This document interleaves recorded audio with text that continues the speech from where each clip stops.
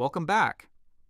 Tonight we're drifting slowly through the complete timeline of The Simpsons, the endless cycle of yellow-skinned citizens and recurring catastrophes that unfolds in Springfield, a town shaped by nuclear shadows and corporate neglect, a community where familiar faces navigate decades of dysfunction, born from America's comfortable failures.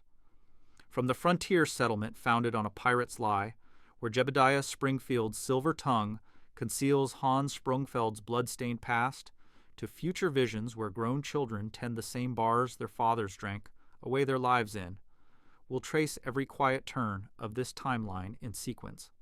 This is the story of how a valley's isolation became a laboratory for generational decay, and how Springfield's patterns ensure no family escapes without carrying forward the damage inflicted by those who came before. Whether you're uncovering these layers for the first time, letting familiar echoes guide you deeper into rest, or simply allowing the tale to unfold like a soft haze as sleep draws near, this will carry you through the full, unbroken history of The Simpsons. Before we begin, feel free to like and subscribe, but only if you enjoy this kind of slow, immersive storytelling that unwinds like a dream. And let me know in the comments where you're listening from and what time it is for you. It's always a quiet wonder to see the same timeline weaving through different corners of the world, one hushed night at a time. Let's begin. A frontier settlement emerges in a valley between mountains, its location chosen not for prosperity but for isolation. The air hangs thick with the smoke of burning forests, the land cleared by settlers whose names history will forget while elevating one man to mythic status. This valley, nestled between peaks that block easy passage to the east and west, sits at a distance from established trade routes that ensures independence while guaranteeing irrelevance, the geography itself predicting the town's future character as a place the rest of America will learn to overlook. The terrain curves gently downward from the surrounding hills, creating a natural basin where water collects in what will become Springfield Gorge, the chasm's depths already present in these early days, waiting patiently for future residents to nearly plummet into its rocky bottom during various misadventures. The soil proves adequate for farming, but not exceptional, yielding crops sufficient for survival, but never abundance, the land's moderate fertility matching the moderate ambitions of those who settle here, drawn not by dreams of wealth, but by the simpler goal of being left alone. Rivers branch through the valley, providing water and transportation while also creating natural boundaries that will later define neighborhood divisions, the waterways carrying runoff from the mountains that will, in future decades, carry industrial waste and nuclear contamination downstream to communities with less political power to resist. The climate oscillates between extremes, summers scorching enough to make physical labor nearly unbearable, winters cold enough that early settlers lose livestock and occasionally fingers to frostbite. The temperature swings creating a population adapted to discomfort, resigned to suffering through seasonal variations that more temperate regions never experience. This environmental harshness, stemming from the valley's position between mountain ranges that trap weather systems and amplify their effects, forges in early Springfield residents a particular combination of stubbornness and passivity, where they'll endure almost anything rather than relocate but won't organize to improve conditions, the climate's cruelty teaching them that complaint achieves nothing. The distance from other settlements proves significant. The nearest town of comparable size sits 2 days' journey by horse, far enough that Springfield develops its own insular culture, near enough that residents can't claim complete isolation from civilization's reach. This measured separation creates perfect conditions for myths to flourish unchallenged and corruption to thrive unobserved, the geographic remove functioning as both shield and prison, protecting Springfield from outside interference while ensuring that outside help will never arrive quickly enough to prevent disasters from running their full course. Natural resources exist in quantities that keep the settlement viable without making it prosperous. Timber covers the hillsides, adequate for construction and fuel. Minerals dot the mountains in deposits too small for major mining operations, but sufficient for modest extraction. Game populates the forests, feeding early settlers while steadily retreating as hunting and development push wildlife deeper into the wilderness. The valley's resources prove renewable if managed carefully and exhaustible if exploited, the latter path being the one Springfield will inevitably choose, setting patterns of unsustainable consumption that extend from these frontier days through the nuclear age. Into this valley, in the autumn of 1796, arrives a man calling himself Jebediah Springfield, his silver tongue preceding him, like the lantern he carries through the mountain pass, illuminating a path others will follow. The tongue itself, a literal silver tongue, stolen during his previous career as a pirate, operating under his true name, Hans Sprungfeld, hangs heavy in his pocket, its weight a constant reminder of crimes that necessitated his reinvention. This man, wanted for murder and theft across the eastern seaboard, recognized that the frontier offered opportunities for transformation unavailable in regions where law had taken root, where men's past could dissolve in the wilderness if they possessed sufficient charisma and ruthlessness to forge new identities from the raw material of other people's credulity. Hans Sprungfeld's origins trace to European shores, his birth lost to records that either never existed or were deliberately destroyed, his early life a mystery even to those who will later chronicle his supposed achievements. The piracy career developed from desperation or malice, the historical record remaining deliberately vague, his ships plundering vessels along trade routes where merchant ships traveled with minimal protection. The stolen cargo funding a lifestyle of violence and excess that lasted until law enforcement interest made continued operation impossible. The Silver Tongue's theft, an act of spite during his final raid, involved cutting it from the mouth of a man whose name history has forgotten, the brutality of this extraction suggesting a capacity for cruelty that mere theft cannot capture. The trophy's keeping revealing a mind that savored suffering inflicted. The journey westward began as escape, Hans fleeing charges that would result in hanging if captured, traveling under assumed names through territories where frontier justice operated more through rumor than record. Somewhere in this westward flight, the transformation from Hans Sprungfeld to Jebediah Springfield occurred. The name change deliberate in its similarity, close enough to remember easily, different enough to obscure identity from anyone searching for a European pirate in American wilderness. The Jebediah addition created biblical resonance, the name suggesting righteousness and leadership, qualities Hans possessed in inverse proportion to how extensively he claimed them. The persona's construction demonstrates remarkable calculation. Jebediah needed to appear as devout settler seeking religious freedom. His fabricated autobiography, describing persecutions never experienced and convictions never held, the lies flowing easily from someone whose entire career involved deception. He claimed military service in conflicts he never fought, citation for bravery in battles where he wasn't present, injuries sustained defending innocence when his actual scars came from tavern brawls and shipboard combat against victims of his piracy. Every element of his past was carefully constructed to appeal to the particular prejudice and aspirations of frontier settlers who wanted to believe that westward expansion represented moral progress rather than geographical relocation of the same failings that plagued eastern settlements. The autobiography's writing occurred during long winter nights in a cabin Hans constructed just beyond the valley's edge, his hand cramping as he invented ancestors and childhood experiences, building a past that would withstand casual scrutiny, while knowing that frontier life offered limited opportunities for verification. He described a family lost to disease, a wife deceased in childbirth, children carried off by various calamities, the tragic background explaining his solitary arrival while generating sympathy that made questioning his claims seem cruel. These invented losses, lacking any basis in Hans's actual experience, nonetheless achieved their purpose in deflecting inquiry, the shield of pretended grief protecting the reality of unrepented violence. The silver tongue remained his most treasured possession and greatest liability, its presence in his belongings risking exposure, while its value made abandonment unthinkable. He crafted a false origin story for this artifact as well, claiming it was a family heirloom passed down through generations, blessed by religious leaders, imbued with significance that made it seem natural for him to protect it so carefully. This lie within lies, the stolen trophy, disguised as inherited treasure, perfectly encapsulated the man himself.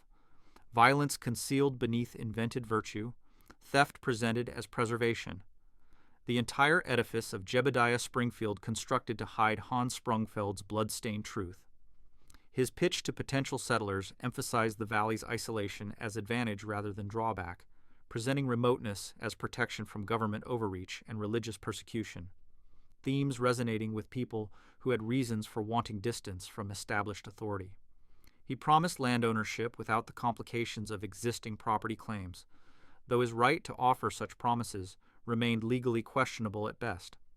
He described a community built on principles of self-governance and mutual support, values that sounded noble in description while providing cover for the absence of any actual governance or support structures, the high-minded rhetoric masking simple lawlessness. The first families arriving in spring of 1797 found conditions matching Jebediah's descriptions only in broad strokes, the valley existing as promised, but the community consisting primarily of Jebediah himself and a handful of others whose motives for seeking frontier isolation suggested histories as questionable as his own. These early settlers, too compromised or too invested to return east, committed themselves to making the settlement work, their labor building the physical structures while Jebediah's continued storytelling built the mythology, the two construction projects proceeding in parallel, town and tale rising together from the valley floor. His leadership stemmed not from election or democratic selection, but from self-appointment, his force of personality and willingness to make decisions proving sufficient in an environment where most settlers focused on immediate survival needs rather than governance questions. He adjudicated disputes according to principles favoring whoever could offer better compensation for his judgment. He organized communal projects that primarily benefited his own holdings. He established precedents that would echo through Springfield's political culture for centuries, where power flowed not from legal authority, but from willingness to exercise control, while others remained too busy or too tired to challenge it. The death, when it came in 1807, resulted from mundane causes rather than dramatic confrontation. The pirate-turned-founder, expiring from infection after a minor injury, festered beyond treatment's reach. His final days spent in fever delirium, where he supposedly confessed nothing, maintaining his constructed identity to the last. The burial on a prominent hillside became the first of many civic rituals elevating his memory. The headstone's inscription praising virtues he'd never possessed and achievements he'd never accomplished, the falsehoods literally carved in stone, permanent as the landscape itself. Almost immediately, the mythology's construction accelerated, the town's boosters recognizing that a founding myth served purposes beyond mere commemoration. A town founded by a pious, brave, visionary leader could attract settlers more easily than a town founded by a murderous pirate. The story of Jebediah Springfield became recruiting tool and identity marker, something residents could point to with pride when outsiders questioned why anyone would settle in such an unpromising location. The silver tongue, displayed in a place of honor, became the settlement's most treasured artifact, its true origin forgotten or deliberately suppressed as it transformed into symbol of eloquence and wisdom rather than theft and violence. A century and a half later, in Springfield's dilapidated historical society, Lisa Simpson discovers truth that the town has worked diligently to forget. The research begins innocently enough, an 8-year-old's essay assignment about town history, leading her to archives where documents sit in boxes no one has disturbed for decades, the physical decay of historical records mirroring the town's disinterest in actual history. The diary she uncovers, hidden behind false binding in a book whose exterior promises platitudes about the founder's virtue, contains Hans Sprungfeld's confession written in fevered handwriting during his final illness, the deathbed account detailing piracy, murder, and the silver tongue's violent acquisition with specificity that makes fiction impossible. The evidence proves undeniable to anyone willing to examine it. Cross-references to maritime records confirm ships Hans Sprungfeld attacked. Newspaper accounts from eastern cities describe crimes matching those the diary confesses. The handwriting matches other documents known to be Jebediah's, his distinctive flourishes on official town records identical to those in the private confession. Physical evidence supports the written testimony, the silver tongue's engravings matching descriptions from theft reports filed by the victim's family, the style of metalwork corresponding to craftsmen working in the right period and location, every detail aligning to paint a picture of foundation built on fraud. Lisa's reaction combines intellectual excitement at historical discovery with moral distress at what the discovery means. Her 8-year-old conscience struggling to process the implications that her beloved town's founding father was actually a murderous pirate whose entire legacy rests on lies. She confides in Hollis Hurlbut, the Historical Society's curator, expecting adult wisdom to guide her through the ethical complexity, finding instead a man whose first instinct involves protecting the comfortable mythology rather than acknowledging uncomfortable truth. Hurlbut's response, initially dismissive and then actively hostile when Lisa persists, reveals how deeply the town's identity is intertwined with the false narrative, how much political and psychological capital has been invested in a story that cannot be questioned without threatening everything built upon it. The bicentennial celebration approaches, Springfield's 200th birthday promising to be the social and civic event of the decade, the entire town's resources devoted to commemorating an anniversary that Lisa's research suggests celebrates nothing but successful fraud. She faces a choice between exposing truth that will devastate the celebration and maintaining silence that preserves communal happiness built on historical fiction. Her attempts to share the discovery meet resistance at every level, from Hurlbut's active obstruction to Mayor Quimby's threats to school officials' suggestions that perhaps she should focus on less controversial topics for her essay. The institutional pressure demonstrating how power protects its foundational myths. The evidence she presents at the Historical Society's public forum should convince any honest observer. The diary's confession combined with corroborating documents forming an overwhelming case that Hans Sprungfeld and Jebediah Springfield were the same person, that the founder's entire biography was fabrication, that the town's origin story is fundamentally false. Yet the audience's reaction reveals the power of mythology over evidence, their anger directed not at the historical deception, but at the child exposing it, their commitment to comfortable lies proving stronger than any obligation to acknowledge uncomfortable truth. The crowd's hostility, shifting quickly from polite attention to active aggression, forces Lisa to recognize that truth without institutional power to enforce it becomes merely another opinion to be dismissed by those invested in alternative narratives. At the bicentennial celebration, standing before the crowd gathered to honor Jebediah's memory, Lisa makes her decision. She chooses to preserve the myth, to allow the town its comforting fiction, the choice stemming not from cowardice but from recognition, that some truths cannot be spoken into communities unwilling to hear them, that individual knowledge of historical fact matters less than collective need for binding narratives, even when those narratives rest on foundations of fraud. Her public speech praises the founder in terms the crowd expects, her private knowledge remaining locked away with the diary and silver tongue, the truth preserved in archives where future historians might discover it while present residents continue their celebration undisturbed.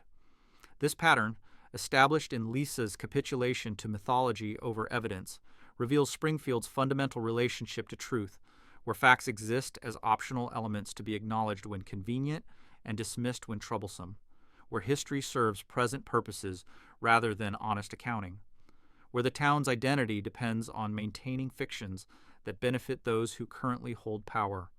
The preference for comfortable lies over uncomfortable truths, seated in the founding myth's construction and reinforced through Lisa's experience of punishment for truth-telling, extends through every Springfield institution in the decades and centuries following, creating a culture where deception becomes accepted practice and honesty becomes dangerous liability.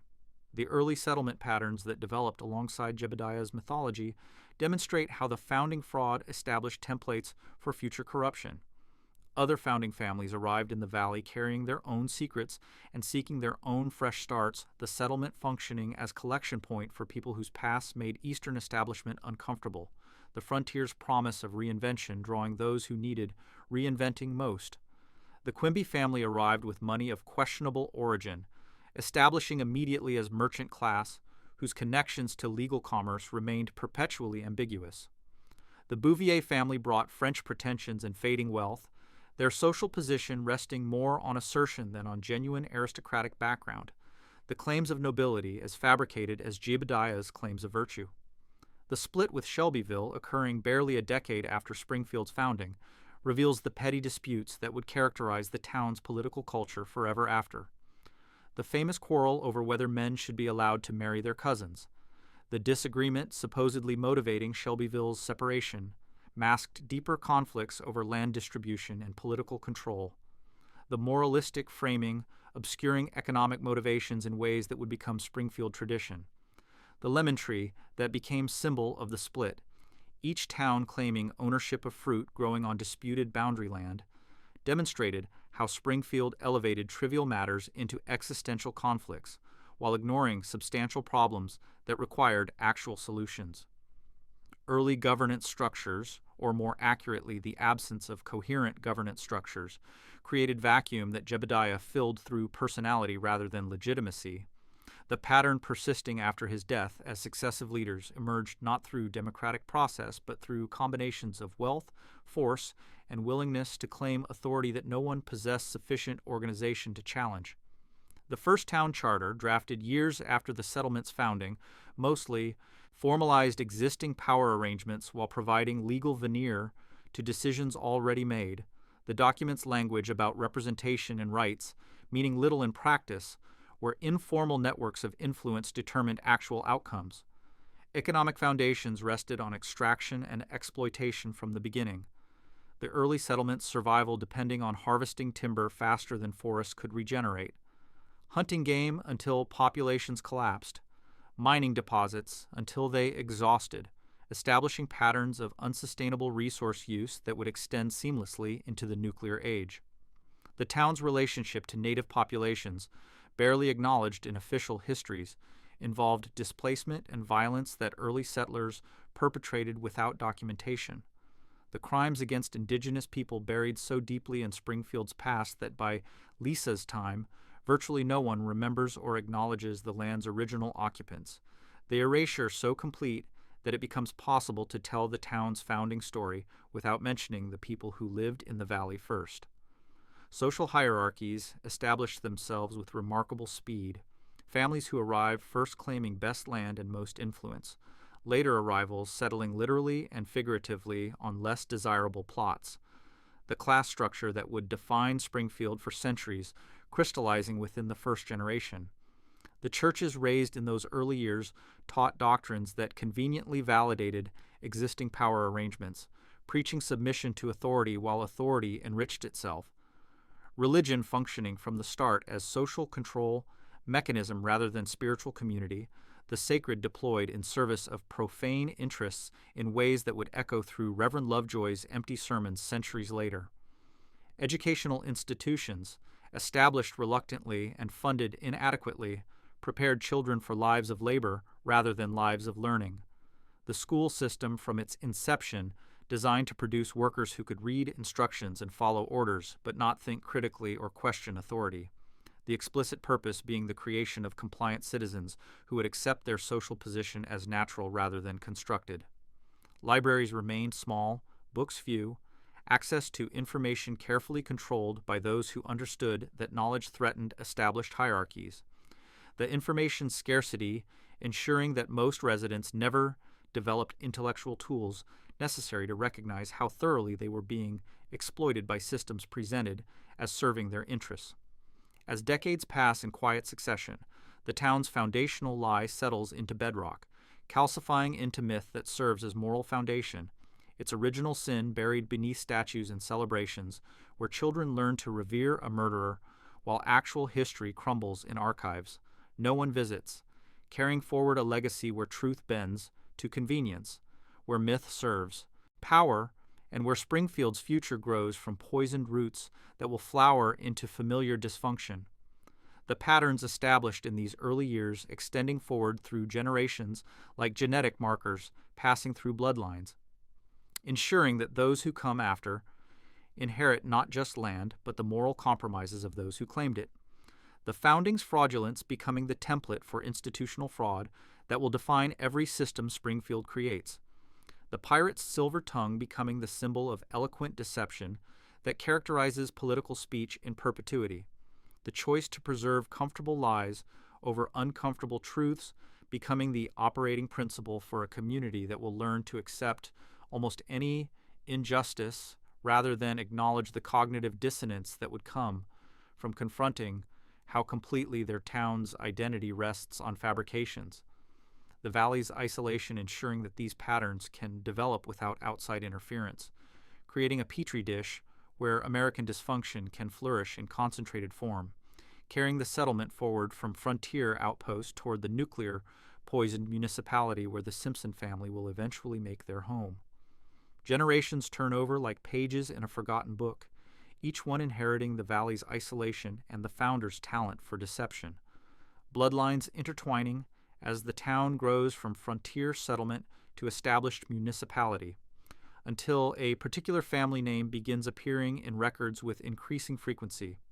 The Simpsons arriving later than founding families but staying longer than most, their lineage carrying forward patterns that will define Springfield's most visible residents, the family tree's branches heavy with missed opportunities and squandered potential, preparing through the 19th and early 20th centuries to produce the particular combination of dysfunction and endurance that will characterize Homer, Marge, Bart, Lisa, and Maggie. Their arrival in Springfield's timeline still decades away, but inevitable as the town's decline. The patterns established in Jebediah's fraud and the valley's isolation ensuring that when the Simpson family does emerge into prominence, they will embody everything Springfield has become, their failures mirroring institutional failures, their traumas echoing historical traumas, their story becoming inseparable from the town's story in ways that make it impossible to understand one without understanding the other. The Simpson name appears in Springfield's records long before Homer's birth, a lineage of mediocrity and missed opportunities stretching back through generations. Each Simpson man carries the same pattern forward. Brief promise followed by long decline, their lives a quiet testimony to inherited defeat. The family tree, when traced through courthouse documents and cemetery records, reveals consistent themes across decades: intelligence present but wasted, ambition sparked but extinguished, potential glimpsed, then buried under circumstances that feel less like bad luck and more like genetic destiny, the bloodline carrying something heavier than DNA through its branches. Early Simpson ancestors arrive in Springfield during the town's first decades of expansion, drawn like so many others by promises of land ownership and fresh starts, their reasons for leaving eastern settlements remaining diplomatically vague in official records. One Elijah Simpson appears in an 1830 census as farmer owning modest acreage on Springfield's outskirts, his holdings adequate for subsistence but never prosperity, the family's economic status establishing itself immediately at working class level from which subsequent generations will never meaningfully ascend. His children scatter across Springfield and neighboring territories, most disappearing from records entirely, their lives too unremarkable for documentation, the pattern of Simpson obscurity beginning early. Another branch produces Hiram Simpson in the 1880s, a man whose brief moment of local fame comes from attempting to invent a mechanical tomato picker that instead destroys an entire season's crop, the incident becoming Springfield anecdote about Simpson ingenuity applied toward disastrous ends. His son continues the farming tradition with similar lack of distinction, the land passing from generation to generation, not through careful estate planning but through default inheritance by whoever remains nearby when the previous owner dies. The Simpsons of this era blend into Springfield's working-class background, attending the elementary school when they attend school at all, laboring in fields, or eventually in the town's early factories, marrying young, having children they cannot adequately provide for, dying early from accidents or exhaustion, the cycle repeating with variations so minor they barely register as different. The pattern that emerges across these generations shows Simpson, men possessing intelligence sufficient to recognize their circumstances, but insufficient to escape them, or perhaps the intelligence exists in adequate measure, but the will to apply it deteriorates under accumulated defeat. Each generation learning from the previous generation's failures that effort leads nowhere and ambition invites disappointment. The women who marry into the Simpson line fare no better, their own potential subsumed into the family's gravitational pull toward mediocrity, their hopes for better futures through marriage dissolving, as they discover that Simpson men promise more than they deliver with remarkable consistency across decades.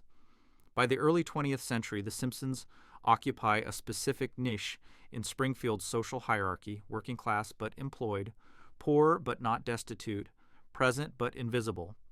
The family name recognized but not respected. Their contribution to Springfield being primarily their labor, which they provide without complaint or adequate compensation. Their acceptance of exploitation becoming another trait passed through bloodlines, teaching each generation that work without reward is simply life's normal operation, that demanding better is futile, that their station is fixed by forces beyond their control or understanding. Into this lineage of diminished expectations, Abraham Simpson is born in 1922, his arrival in Springfield's charity ward marking the beginning of a life that will follow the family pattern while also preparing to transmit it forward with particular potency. The baby enters a household where his father works at a factory producing parts for automobiles that the family will never afford to own, where his mother takes in laundry to supplement income that never covers expenses, where older siblings already show signs of the defeated resignation that characterizes Simpson adults, their childhood ending early as economic necessity pulls them into labor before their education completes, their potential sacrificed to immediate survival, needs that never relent long enough for anything resembling planning or improvement. Young Abe's childhood in Depression-era Springfield unfolds in conditions that make poverty feel less like circumstance and more like destiny. The economic collapse transforming what was already difficult existence into something approaching desperation. His formative years spent watching his father drink away wages the family desperately needs, watching his mother's health deteriorate under the accumulated stress of trying to feed children on insufficient resources, watching Springfield's already inadequate social services collapse entirely under demands they were never designed to meet. The boy learns early that adults lie about important things, that promises mean nothing, that institutions claiming to help actually harm, that family bonds provide no real protection against the world's casual cruelty, the lessons settling into his developing personality like sediment in a riverbed, forming layers that will shape every relationship and decision in his future. School provides no escape from home's dysfunction. Springfield Elementary in the 1930s, operating more as containment facility than educational institution. The building's physical decay mirroring the curriculum's irrelevance to anything students might actually encounter in their lives. The teachers as defeated as the parents, going through motions because going through motions is all that's left, when actual education would require resources and hope that Depression-era Springfield lacks entirely. Abe's intelligence, evident in his quick comprehension and sharp memory, finds no nurturing in this environment, his potential recognized by exactly no one, because the system has no mechanism for nurturing potential, only for processing children through standardized mediocrity before releasing them into labor markets where thinking is liability rather than asset. His friendship group coalesces around other working-class boys whose futures seem as predetermined as his own, the bonds forming not from shared interests or compatible personalities, but from proximity and common circumstances. These relationships preparing him for adulthood's superficial connections where camaraderie masks fundamental isolation, where companionship means drinking together rather than understanding each other.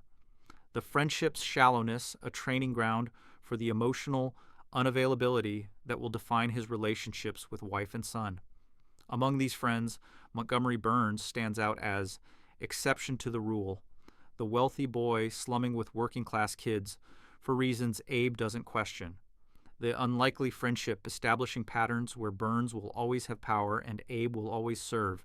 The dynamic they establish in childhood extending through war and into old age. His dreams in these years revolve around escape, the boy imagining futures where he leaves Springfield for cities that offer opportunity, where his intelligence finds recognition and reward, where the Simpson curse breaks and he becomes something his ancestors never achieved.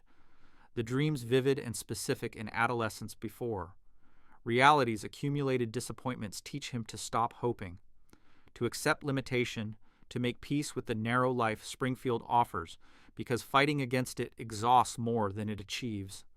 The particulars of these abandoned dreams matter less than their abandonment, the process by which hope transforms into resignation, ambition into acceptance, potential into waste. The transformation occurring gradually enough that Abe never identifies a specific moment when he gave up. Just a slow awareness that he has given up, that giving up was always inevitable. War's arrival in 1941 disrupts the trajectory that would have led directly from childhood poverty to adult poverty without intervening chapters, the military draft pulling Abe from Springfield's gravitational field and placing him temporarily in contexts where his intelligence and competence find partial recognition. His enlistment occurs in early 1942, the process involving little choice beyond which service branch will claim him. The Army accepting his working-class body into its ranks, where bodies from backgrounds like his fill the enlisted positions while men from wealthier families occupy officer slots, the military's hierarchy mirroring civilian society's class structure with remarkable precision. Basic training reveals capabilities Abe didn't know he possessed, his body adapting quickly to physical demands, his mind grasping tactical concepts with ease that surprises instructors accustomed to viewing working-class recruits as material for cannon fodder rather than potential leaders, his performance earning assignment to a unit that will see significant combat, the flying hellfish becoming the crucible where whatever remained of Abe's innocence burns away completely. The unit's composition draws from Springfield and surrounding areas, the military's habit of grouping recruits geographically, creating squads where men who grew up near each other fight together, die together, bond in ways that civilian relationships never achieve because civilian relationships never face comparable stakes. Montgomery Burns reappears in Abe's life as his commanding officer, the childhood acquaintance now possessing formal authority to order Abe into situations that will likely result in death, the power imbalance from youth made absolute through military rank. Burns's ruthlessness, finding perfect expression in a context where sending men to die carries no personal consequence for the one giving orders. Their relationship develops through campaigns across Europe. Abe learning that Burns views enlisted men as disposable resources, that the wealthy man's casual contempt for working-class life extends seamlessly from civilian to military contexts, that the friendship Abe imagined they had was always hierarchical relationship, where Burns held all power and Abe held none, the revelation poisoning Abe's capacity to trust authority while simultaneously cementing his habit of following orders from those who claim superiority. Combat experiences etch themselves into Abe's psychology with permanent effect, the violence he witnesses and participates in exceeding anything his Springfield childhood prepared him for, the killing transforming from horrifying necessity to routine operation as his unit fights through France and Germany. The accumulation of death surrounding him like atmosphere, the friends he makes in training becoming corpses by war's middle years, the replacements arriving fresh and dying quickly. The cycle teaching Abe that attachment leads to loss, that caring about anyone creates vulnerability, that emotional distance offers the only protection against grief that would otherwise become unbearable. The specific battles blur in memory that protects itself by forgetting details while retaining impressions. The fear constant, the exhaustion deeper than sleep can address, the awareness that luck alone separates him from the corpses he steps over, creating a fatalism that will shape his personality forever after.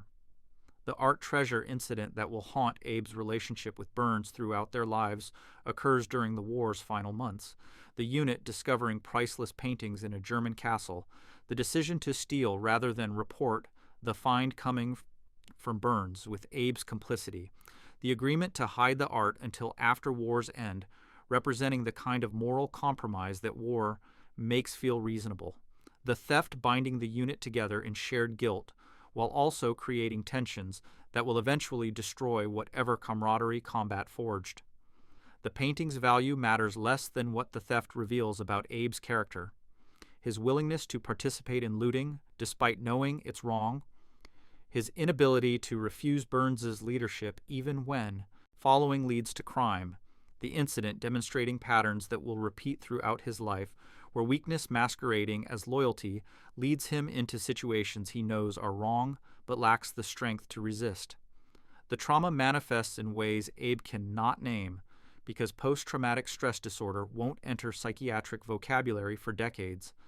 The nightmares and flashbacks, the hypervigilance and emotional numbing, the difficulty readjusting to civilian life, all these symptoms remain undiagnosed and untreated because the military and society both view them as character weaknesses rather than injuries requiring care. The message being that real men absorb war's impact and continue functioning. That complaining about psychological wounds represents cowardice. That Abe's struggle to sleep without reliving combat or startle at loud noises is personal failing rather than predictable response to sustained trauma. The stigma preventing him from seeking help that wouldn't be available anyway. Return to Springfield in 1946 brings Abe face to face with how little home resembles the place he remembered. Though whether home actually changed or his memory idealized, it remains unclear, the town appearing smaller, dirtier, more hopeless than he recalled. Or perhaps the town stayed constant while he changed, the war having shown him different possibilities that make Springfield's limitations more visible. The gap between what he experienced during service and what awaits him in civilian life creating a dissonance he cannot resolve. The military's structure and purpose, however flawed, exceeding anything Springfield's chaos offers. The factory job he finds resembles the one his father worked, the pay barely adequate, the work mind-numbing, the future stretching ahead like a sentence to be served rather than a life to be lived, the post-war economic boom that lifts some Americans leaving working-class Springfield largely untouched, the Simpson family's economic status remaining as precarious as ever. Mona Olson enters his life at a dance in late 1946, her presence disrupting the resigned trajectory Abe had settled into accepting. The young woman possessing an independence and intellectual curiosity that Springfield's culture actively discourages in women. Her spirit not yet broken by the limitations society imposes. Her belief that life offers possibilities beyond the narrow channels Springfield provides, making her exotic to Abe, whose experiences have taught him to expect nothing and hope for less. She works as a waitress while dreaming of college education she cannot afford, her family background as working class as his own, but her refusal to accept that background as destiny, distinguishing her from most Springfield women Abe encounters, her energy and optimism seeming almost foreign in a town where such qualities rarely survive past adolescence. Their courtship unfolds quickly by contemporary standards, but slowly enough for each to believe they're making considered choices rather than desperate grasps at connection. The relationship developing through long conversations where they discover shared love of reading, shared frustration with Springfield's limitations, shared sense that they deserve better than what their births allocated, the commonalities creating illusion of compatibility that deeper knowledge might have complicated. Abe presents his best self during this period, the trauma and fatalism buried beneath effort to appear as the man he wants to be rather than the man war made him. His capacity for tenderness and humor emerging in Mona's presence because she expects these qualities and he wants desperately to be the person she thinks she's falling in love with, the performance sustainable temporarily but not indefinitely.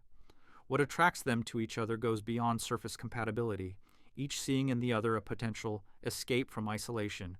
Abe drawn to Mona's unwillingness to accept limitation. Mona drawn to Abe's intelligence and his war service, which she interprets as heroism rather than trauma, both projecting onto the other qualities they want to find because the alternative is returning to loneliness in a town where genuine connection seems impossible.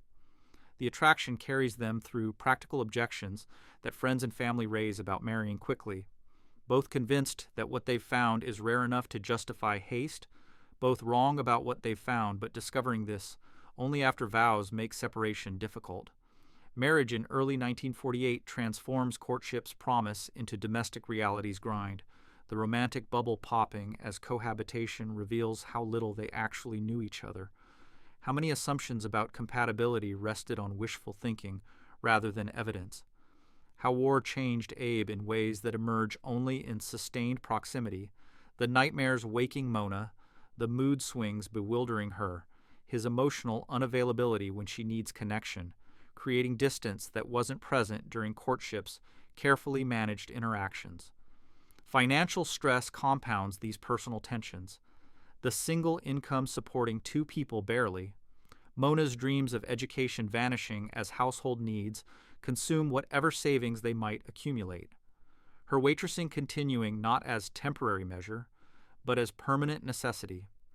The disappointment of abandoned dreams settling into their marriage like fog settling into the valley. Homer's birth in 1956 arrives after several miscarriages that tested the marriage's already strained foundations, the successful pregnancy bringing relief mixed with terror about Abe's readiness for fatherhood, his awareness that he knows nothing about raising children and his own father provided only negative examples, creating anxiety that proves entirely justified. The infant demands attention and resources the marriage can barely provide, Mona's focus shifting entirely toward the baby, while Abe feels increasingly peripheral, his jealousy of his own son's claim on his wife's energy beginning patterns of resentment that will poison the father-son relationship from its inception, the baby representing simultaneously hope for the future and burden in the present, a manifestation of permanence in a marriage Abe already doubts. The early years of Homer's childhood represent the Simpson family's high point, a brief period where the marriage functions adequately despite its problems, where Mona's energy keeps the household running, where Abe's income proves sufficient for basic needs if not comfort, where the boy develops in an environment that, while far from ideal, at least provides stability and the presence of two parents who, despite their issues with each other, genuinely try to care for him. This temporary equilibrium, fragile from the beginning, cannot survive the pressures accumulating both within the marriage and from external forces that will soon shatter whatever peace they've managed to construct. Mona's independent spirit, which attracted Abe during courtship, begins manifesting in ways that threaten his need for control and her compliance with traditional gender roles he expected marriage would enforce, her reading extending beyond approved domestic topics into political theory. Her awareness of social injustice growing as the 1960s bring cultural upheaval to even isolated Springfield, her evolution from waitress wife into politically conscious person occurring gradually but inevitably, the changes creating in Abe a sense that he's losing the woman he married, that she's becoming someone he doesn't recognize, his inability to understand that people change over time, that stagnation isn't health, that Mona's growth threatens only his desire for a wife who remains frozen in time at the point he married her. The 1960s transform Mona from conventional housewife into political radical, the change accelerating as she encounters Springfield's small but growing hippie movement.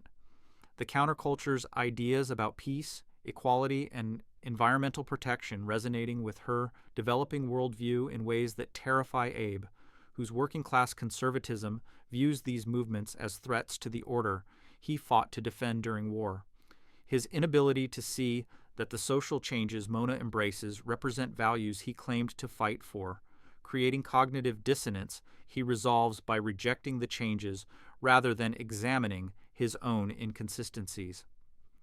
Her involvement begins with attending meetings and distributing pamphlets, the activism seeming harmless to Abe until it escalates into demonstrations and direct action that risk arrest.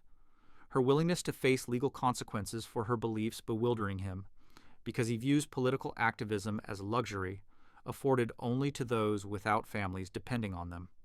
The incident at Burns's germ warfare laboratory brings tensions between Abe and Mona to breaking point while also setting in motion her disappearance, the event occurring in 1969 when Mona joins a group planning to sabotage the facility where Burns has been developing biological weapons for government contract, the plan involving breaking into the lab and destroying research materials, the risk including potential exposure to the pathogens being developed. Mona participates despite knowing the dangers, her commitment to preventing the weapon's use outweighing her fear of consequences, the night of the action becoming the moment when her identity as activist supersedes her identity as wife and mother, the choice to prioritize political action over family stability, representing a decision Abe will never forgive and Homer will spend his life trying to understand. The sabotage succeeds in destroying Burns's research, but also triggers a chain reaction that releases some pathogens into the environment. The contamination fortunately limited, but the crime serious enough that participants face lengthy prison sentences, federal charges being pursued because Burns's government connections ensure maximum prosecution. Mona flees rather than face arrest, the decision made quickly in the chaos following the action. Her choice to run coming from awareness that imprisonment would mean years away from her family and that criminal record would destroy any future she might build. The calculation cold but reasonable, given the stakes, though explaining it to her son will prove impossible. The note she leaves attempts to explain her actions and her absence, the handwriting shaky with emotion as she writes that she loves them both but cannot stay, that she's done something important that will be misunderstood, that she hopes someday they'll understand why she chose this path. The words inadequate to the task of justifying abandonment. The explanations sounding like rationalizations even to her as she writes them. The awareness that she's traumatizing her child, competing with her conviction that her political actions mattered more than maintaining the domestic facade. The feminist argument that women must be allowed to make choices beyond motherhood, clashing with the reality that Homer is a child who needs his mother regardless of her political awakenings.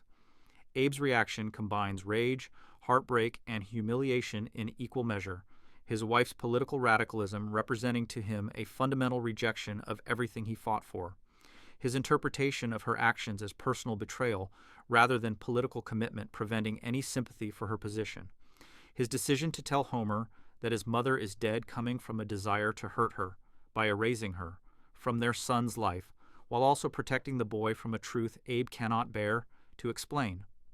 The lie told to 7-year-old Homer with convincing detail about a fictional death replaces one trauma with another. The false bereavement at least providing clear narrative where the truth would require nuance, beyond Abe's emotional capacity. The choice to destroy Homer's relationship with his mother becoming Abe's revenge on Mona for destroying their marriage. The months following Mona's departure transform Abe into the bitter man viewers will recognize decades later. His brief period of relative emotional health ending as the abandonment confirms every negative belief he holds about trust, commitment, and the futility of hope. The hurt metastasizing into contempt that he directs at Homer because directing it at absent Mona provides no satisfaction. The boy becoming target for rage that properly belongs elsewhere but finds easiest outlet in someone small and vulnerable who cannot effectively resist. His emotional shutdown occurs gradually, his capacity for tenderness and connection dying, as he nurses resentment that grows with time rather than healing. The man who could once access warmth becoming increasingly cold until virtually nothing remains of the person Mona fell in love with. The transformation a kind of suicide where the personality dies while the body continues. Raising Homer alone proves beyond Abe's capabilities, not because single parenting is impossible, but because his emotional damage combines with Springfield's complete absence of support systems to create conditions where adequate parenting cannot occur.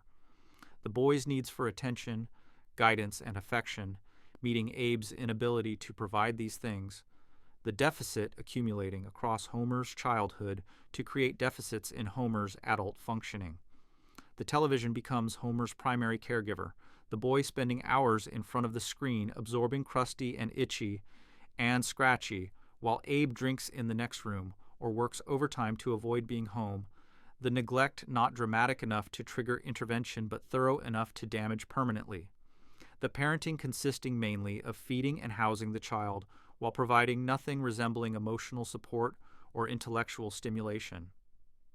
Financial struggles intensify without Mona's income.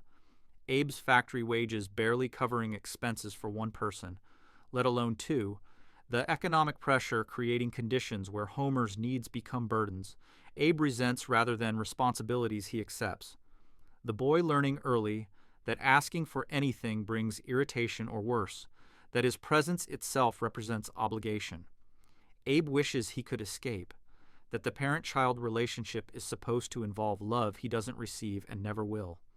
Taking Homer to work occurs occasionally when childcare options run out. The boy observing factory conditions that will later seem normal to him because they're imprinted during childhood as what work means, the loud machinery and dangerous conditions, the exhausted workers and authoritarian supervisors, all of it forming Homer's understanding of employment as something to be endured rather than something that might provide satisfaction beyond a paycheck. Verbal abuse becomes Abe's primary parenting tool, the constant stream of criticism and contempt serving no purpose. Beyond venting frustration, Abe cannot express toward its actual sources. The pronouncements that Homer is dumb as a post or won't amount to anything, landing on developing psyche with devastating force. The messages internalizing into Homer's self-concept as fundamental truths rather than abusive father's projections. The damage to self-esteem so thorough that Homer's adult life will consist largely of fulfilling the low expectations his father established. Physical violence occurs occasionally. The spanking and hitting that 1960s parenting culture considered acceptable, providing Abe outlet for rage while teaching Homer that love and violence coexist normally, that the people who claim to care for you hurt you, that accepting mistreatment represents normal family dynamic. Homer's learning disabilities, evident early in his difficulty with focus and comprehension, never receive evaluation or accommodation. His struggles in school interpreted by Abe as laziness or stupidity rather than potential signs of conditions requiring intervention. The labels dumb and slow becoming identity rather than starting point for support. His actual intelligence buried beneath accumulated messages that he's incapable of learning. The prophecy fulfilling itself as Homer stops trying because every attempt meets with failure or ridicule. The schools notice Homer's struggles but do nothing because Springfield Elementary has neither resources nor inclination to serve students with special needs. The sink or swim approach ensuring that students who might succeed with modest support instead sink and then get blamed for drowning. The father-son relationship develops into toxic dynamic, where Abe's resentment and Homer's desperate need for approval create interactions characterized by anger and disappointment. Homer trying increasingly futile gestures to win affection that never comes. Abe responding to these attempts with contempt that drives Homer to try harder in cycle that benefits neither. The relationship training Homer to accept crumbs of attention as love and to interpret abuse as normal family interaction. Abe's decision to tell Homer his mother died rather than abandon them backfires when teenage Homer eventually discovers the truth. The revelation that his father lied about his mother's death and his mother actually chose to leave destroying whatever trust remained. The double betrayal creating wounds that never heal. Father and son bound together by shared trauma they inflict on each other. Abe's own trauma from war, never addressed or treated, shapes his parenting in ways he never recognizes. His inability to feel safe creating household where Homer also learns to feel perpetually unsafe. His emotional numbing, teaching Homer to numb his own emotions, his outbursts of rage when war memories resurface, demonstrating that violence is acceptable, expression of pain, the intergenerational transmission of trauma occurring through mechanisms both direct and subtle, Abe's damage becoming Homer's damage through hundreds of small interactions that communicate that the world is hostile, that trust leads to betrayal, that emotional vulnerability invites attack, that numbness offers better protection than connection. By the time Homer reaches adulthood, the cycle has completed one rotation, Abe's failure to provide emotional foundation for his son, itself a direct result of Mona's departure, and his inability to process that loss without destroying himself, ensuring that Homer will repeat these patterns with his own children. The cycle of inadequate parenting, settling into the Simpson DNA, like a genetic marker transmitted through generations, not through biology but through learned behaviors and unhealed wounds, propelling the bloodline toward its inevitable convergence with another troubled lineage across town, where different dysfunction will merge with Simpson dysfunction to create the family Springfield will come to know. The patterns established in Grandpa's failures, extending forward through Homer's parenting and eventually into Bart and Lisa's adult struggles. The sins of fathers visited upon sons in quiet perpetuation, carrying the family forward through time not toward healing but toward repetition. The timeline stretching ahead like a groove cut into vinyl, the needle locked in its track, the same notes playing over and over while everyone pretends to hear music. Across Springfield, in a household where mother's bitterness replaces father's absence, but the damage proves equally thorough, another family tree grows toward its own bitter fruit, its branches heavy with disappointment that will soon intertwine with Simpson. Mediocrity to produce the next generation's particular brand of dysfunction. The Bouvier women preparing to teach Marge lessons about love and survival that will ensure she makes exactly the choices necessary to perpetuate rather than break the cycles that both families have cultivated across decades. The convergence approaching like weather systems that will collide to create the perfect storm, the timing coinciding with Springfield's broader descent into the dysfunction that will define its modern era, all the pieces sliding into position for the creation of the family that will come to embody everything the town has become. In a modest house where silence weighs heavier than shouting, Marjorie Bouvier learns early that love means enduring rather than flourishing. Cigarette smoke from her mother's perpetual habit settles into curtains and upholstery like the disappointment that permeates every corner, the scent becoming inseparable from the concept of home, the air itself carrying resignation that requires no words to communicate its presence. This household, positioned on Springfield's east side in a neighborhood that once housed minor merchants and shopkeepers before economic shifts pushed such families toward poverty's edge, operates according to rules unspoken but clearly understood, where female suffering is expected and male absence is mourned without genuine grief, where the Bouvier women cultivate their misery like a garden requiring constant tending. Bouvier family history traces to French immigrants arriving in America during the 19th century, the lineage-carrying pretensions of aristocratic origin that historical evidence never quite supports, the claims of noble blood resting more on assertion than documentation, the family's actual background likely being prosperous merchant class at best, the elevation to nobility occurring somewhere in the Atlantic crossing as reality transformed into more flattering fiction. Early Bouvier in Springfield established themselves as shopkeepers and minor business owners, their French surnames and affected manners providing social capital in a frontier town where European origins conveyed sophistication by association, their actual wealth and influence never matching the superiority their name implied to those willing to believe in hierarchies based on ancestry. By the 1920s, when Jacqueline Gurney marries Clancy Bouvier, the family's status has declined from its already modest peak, the social position they claim resting primarily on memory of better times rather than present circumstances. The house they occupy showing signs of deferred maintenance, the clothing they wear outdated by several years, the pretensions maintained despite mounting evidence that no one besides themselves remembers or cares about the Bouvier name's supposed significance. Clancy works as insurance salesman, the occupation considered respectable despite its uncertain income, the job requiring enough education and social grace to distinguish it from pure labor while paying barely enough to maintain household where 3 daughters will eventually arrive to strain already inadequate resources. Jacqueline's personality before Clancy's death remains glimpsed only through photographs where her expression already carries the dissatisfaction that will characterize her widowhood, her smile in wedding pictures appearing forced, her eyes holding something between hope and dread, as though she knows at some level that this marriage represents not beginning but ending, that whatever dreams she harbored about life's possibilities are already foreclosing in the moment captured on film. Her background in a family equally pretentious and economically declining meant she entered marriage expecting little and received less, the union between 2 fading families producing children who would inherit diminished expectations from both lines. The genetic mixing ensuring that Bouvier, daughters would possess neither sufficient beauty to marry wealth nor sufficient wealth to attract beauty, their futures determined by birth into families whose best years ended before their parents were born.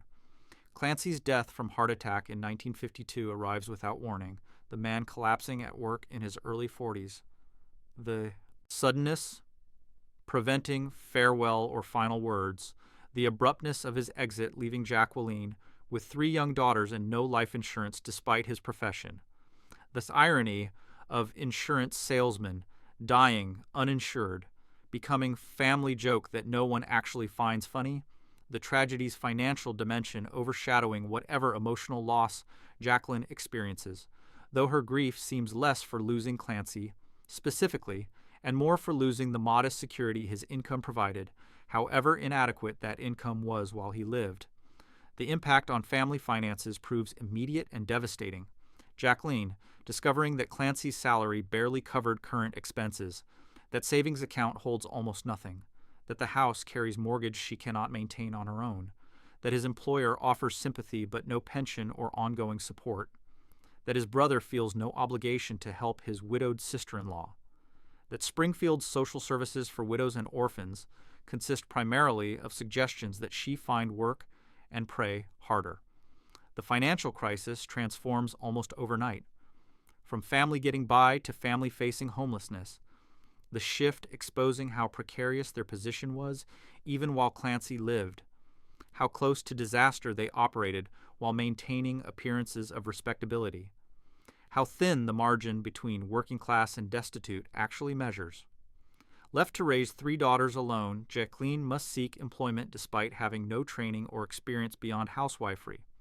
Her attempts to find work meeting resistance from employers who prefer hiring men or young single women rather than middle-aged widows with children requiring flexible schedules, her eventual job as department store clerk, paying wages insufficient for household needs, but being the best she can secure, given her limited options.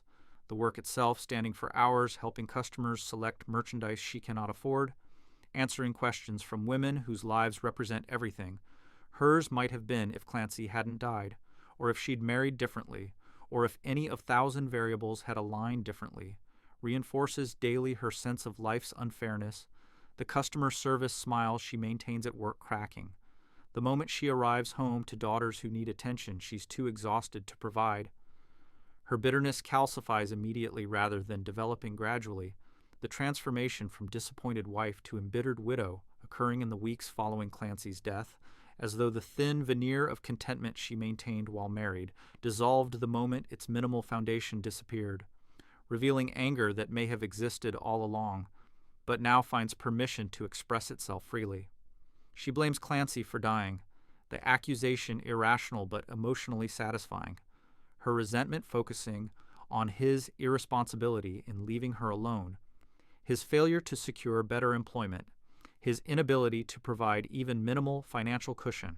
Against catastrophe, her retroactive fury transforming marriage memories from tolerably unhappy to completely miserable, the revision of history allowing her to feel that his death freed her from terrible situation rather than forcing her to confront that situation's terrible continuation without his modest contribution.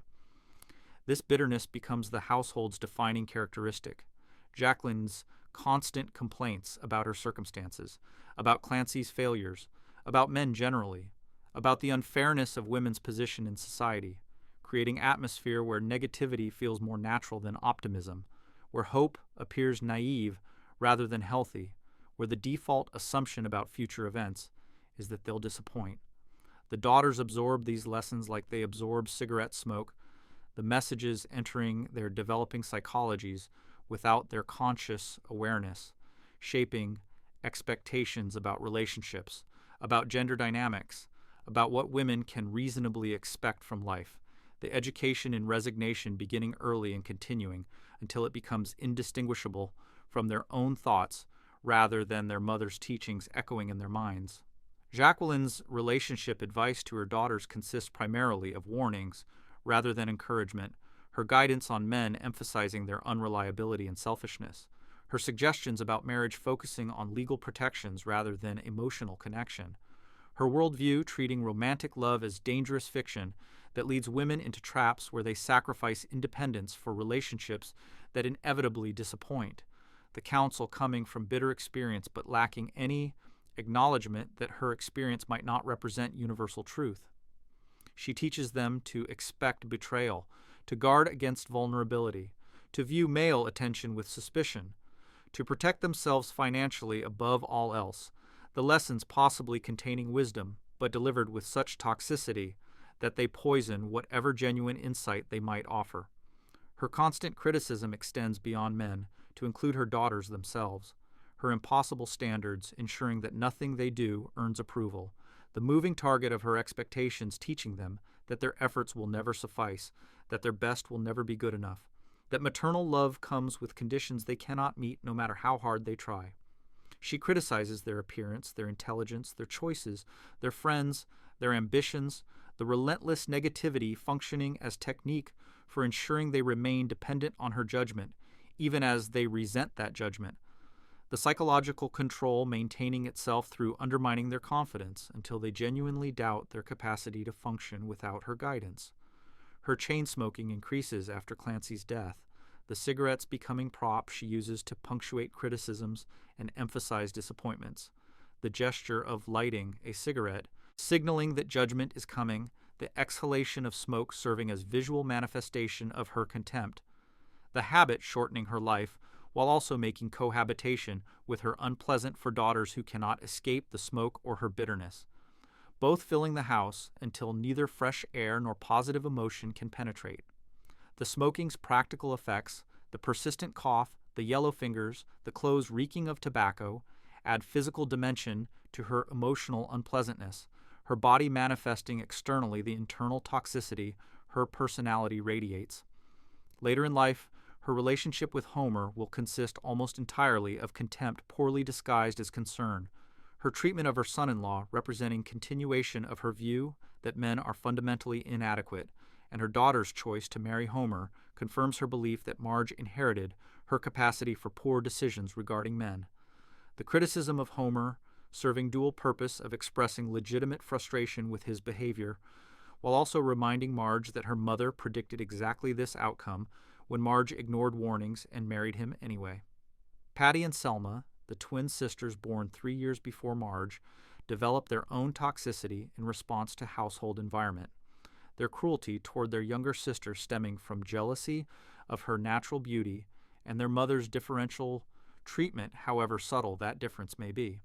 Their perception that Marge receives favoritism, creating resentment they express through constant mockery and undermining. As children, they form united front against Marge, their twin bond excluding her deliberately, their shared jokes at her expense, their alliance in criticizing her choices, teaching her that even family members cannot be trusted to support rather than attack, that being outnumbered means being wrong, regardless of the issue at hand. Their jealousy of Marge's beauty manifests in constant comments about her hair, her figure, her face, the criticism framed as sisterly concern, but actually representing envy, they refuse to acknowledge, their awareness that men look at Marge rather than at them. Creating resentment they channel into making her doubt the appearance that brings her attention they crave but cannot attract. They mock her hair, particularly, the large blue beehive that becomes her signature look, developing partly as response to their criticism. Marge doubling down on the distinctive style rather than conforming to their suggestions, the hair becoming armor against their judgment, even as it invites judgment from others. The twin dynamic they create excludes Marge systematically, their inside jokes and shared history, their identical mannerisms and finishing each other's sentences. All of it emphasizing her outsider status in her own family, their bond requiring her exclusion to maintain its intensity, their relationship depending on having someone to jointly criticize to avoid criticizing each other. This exclusion teaches Marge that belonging requires changing herself to fit others' expectations, that her authentic self isn't acceptable, that acceptance demands performance, lessons that will shape her relationships throughout life as she contorts herself trying to become whatever version of Marge will finally earn the approval perpetually withheld.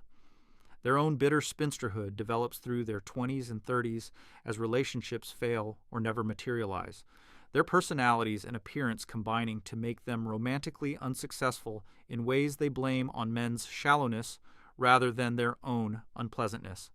Their mutual support in singleness transforming into shared contempt for coupled people generally and their sister's marriage specifically. Their DMV jobs providing stable income but soul-crushing monotony that further embitters them. They target Marge with particular intensity because her marriage, however dysfunctional, represents something they failed to achieve.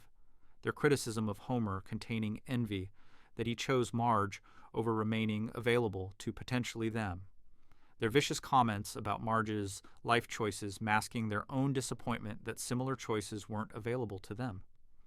The damage their mockery causes accumulates over decades, each joke at Marge's expense landing on self-esteem already battered by their mother's criticism, each undermining comment reinforcing Marge's doubt about her own judgment, each alliance between mother and sisters against Marge teaching her that even biological bonds provide no protection against emotional violence, that family can be as cruel as enemies, that the people who should support you most reliably might actually be the ones who harm you most thoroughly.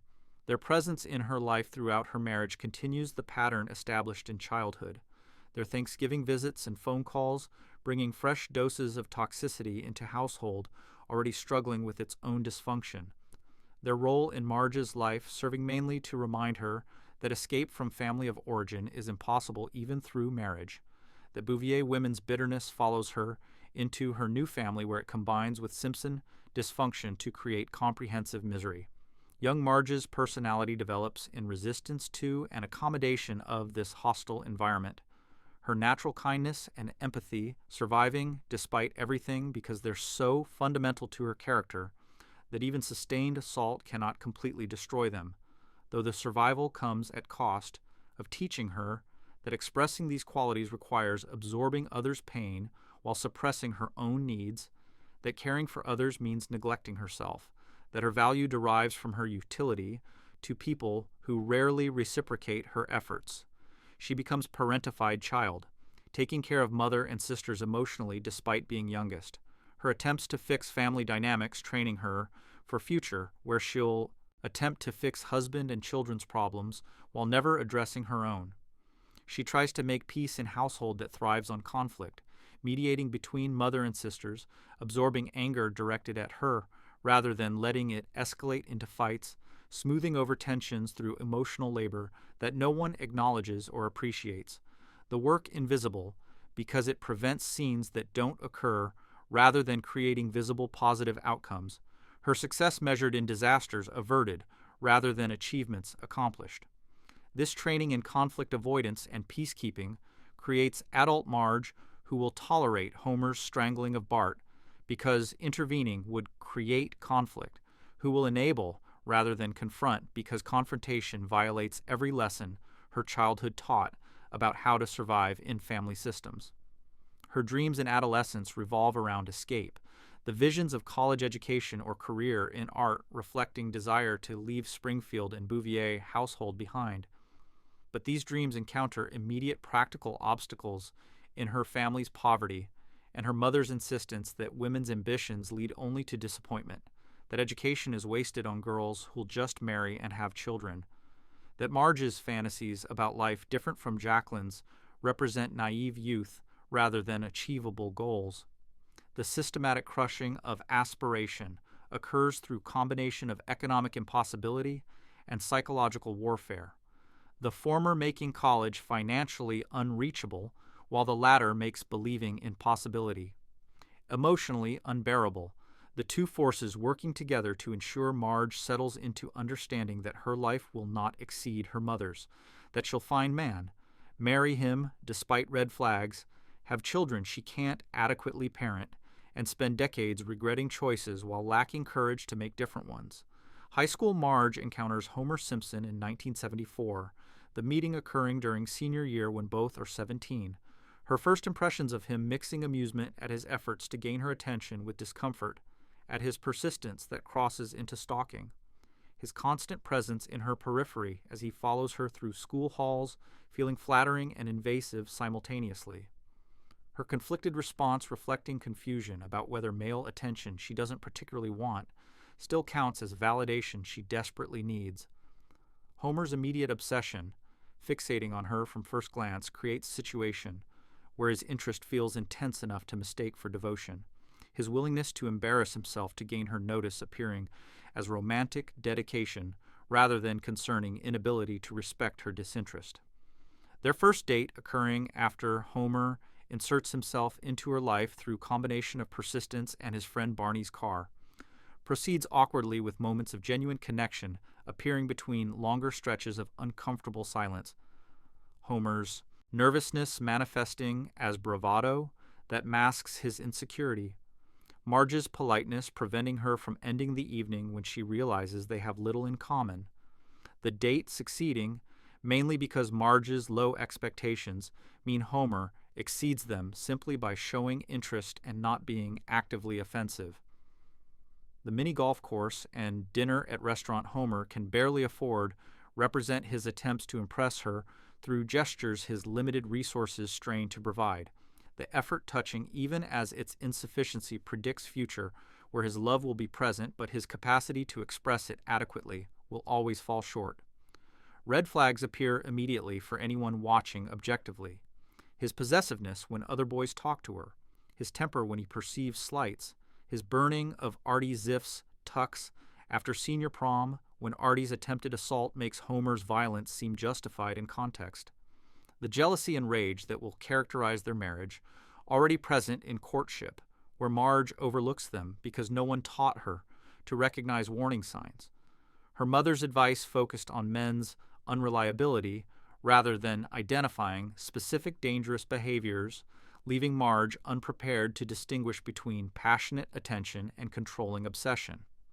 She chooses Homer despite reservations partly because loneliness and family dysfunction make even inadequate relationships seem preferable to remaining in her mother's house, partly because his working-class background matches her own family's economic reality in ways that Artie Ziff's wealth doesn't, making Homer feel more attainable if not more suitable, partly because his obvious devotion, however unhealthy its expression, represents more positive attention than she receives anywhere else.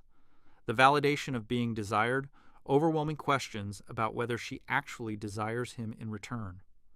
Her choice reflects not passionate conviction, but resigned acceptance that Homer offers the best option available given her limited prospects and lower self-esteem. The settling, beginning in the decision to date him seriously, and continuing throughout their relationship as she repeatedly chooses to stay despite accumulating reasons to leave. The pregnancy discovery in early 1980 arrives as crisis that transforms casual relationship into life sentence. Marge's missed period triggering panic as she realizes the timing couldn't be worse. Graduation approaching with no college plans because no college money. Her dreams of escaping Springfield evaporating in the awareness that baby means staying put. Homer's reaction mixing terror with something like relief that he's caught her, that now she cannot easily leave him, his fear of single fatherhood balanced by satisfaction that circumstances have resolved his insecurity about whether she'd stay with him otherwise. They never discuss whether marriage is what either of them wants, the assumption that pregnancy requires wedding, so automatic that, questioning, it doesn't occur to them. The social pressure from both families and broader Springfield culture making alternative options like single motherhood or adoption seem impossible despite being legally available. The rushed wedding in the spring of 1980 occurs in Jacqueline's living room with minimal fanfare, the ceremony's brevity reflecting everyone's awareness that this marriage is shotgun rather than romantic, that duty rather than desire brings these families together. Jacqueline's disappointment visible in her tight smile as she watches Marge repeat mistakes similar to her own. Patty and Selma's mockery barely concealed as they serve as reluctant bridesmaids, Grandpa's attendants grudging as he makes clear his opinion that his son is too young and too stupid for marriage. The vows exchanged feel less like promises and more like resignations, Homer's voice shaking as he commits to responsibilities he's utterly unprepared for. Marge's response is mechanical as she accepts fate she didn't choose but now cannot escape. Both of them aware at some level that they're making terrible decision but seeing no alternative. Given circumstances, the marriage beginning not in hope, but in trapped desperation that both will spend decades trying to reframe as love. Their union, sealed not by readiness but by necessity, not by health but by dysfunction's magnetic pull, carries forward both bloodlines' accumulated damage, merging Homer's abandonment trauma with Marge's compulsive caretaking to create a foundation of codependency that will shape 3 children's lives before they draw their first breaths, the marriage a quiet pact to perpetuate rather than break their inherited cycles. Each partner's dysfunction fitting perfectly with the other's like puzzle pieces designed to create a complete picture of generational failure. Marge's need to fix damaged men, meeting Homer's need for unconditional caretaking. His need to be parented, meeting her training in parentifying herself. Their combined inadequacies ensuring that whatever children they produce will inherit double dose of trauma. The Bouvier pattern of bitter resignation merging with the Simpson pattern of wasted potential to create offspring destined to repeat these patterns with variations so slight they barely register as different from what came before. From this troubled union, 3 souls emerge into Springfield's haze, each one absorbing the toxins of family and town alike, their births spanning years, marked by poverty and dysfunction, their personalities forming in response to parents who love them but cannot properly raise them. The children arriving into household where financial stress compounds emotional damage, where parents' unhealed wounds bleed onto offspring who lack immunity to poison their elders carry, where Springfield's failing institutions extend family failures into broader, systematic neglect, carrying both families' patterns forward into the next generation, where new variations on old themes will play out in 3 young lives, the Simpsons becoming the family Springfield will come to know, not despite their dysfunction, but because their dysfunction so perfectly embodies everything the town has become. The convergence complete, the stage set, the next act beginning as Bartholomew Jojo Simpson prepares to enter a world utterly unprepared to receive him. Bartholomew Jojo Simpson enters the world on April 1st, 1980, his first cries echoing through Springfield General Hospital's delivery room where his father is absent, having fainted at the sight of blood and been removed by nurses more accustomed to squeamish fathers than to functional support during labor. The birth, a consequence of contraceptive failure and youthful recklessness 6 months into a marriage neither party was prepared for, marks the beginning of a life lived in reaction to circumstances beyond his control. His arrival transforming marriage strain into family crisis, turning theoretical commitment into concrete responsibility that Homer and Marge immediately discover exceeds their combined capacity to manage. Marge labors alone in ways beyond the physical, Homer's unconscious form in the hallway representing his broader absence from the emotional work of becoming parents, his inability to remain present during childbirth, predicting his inability to remain present during child rearing.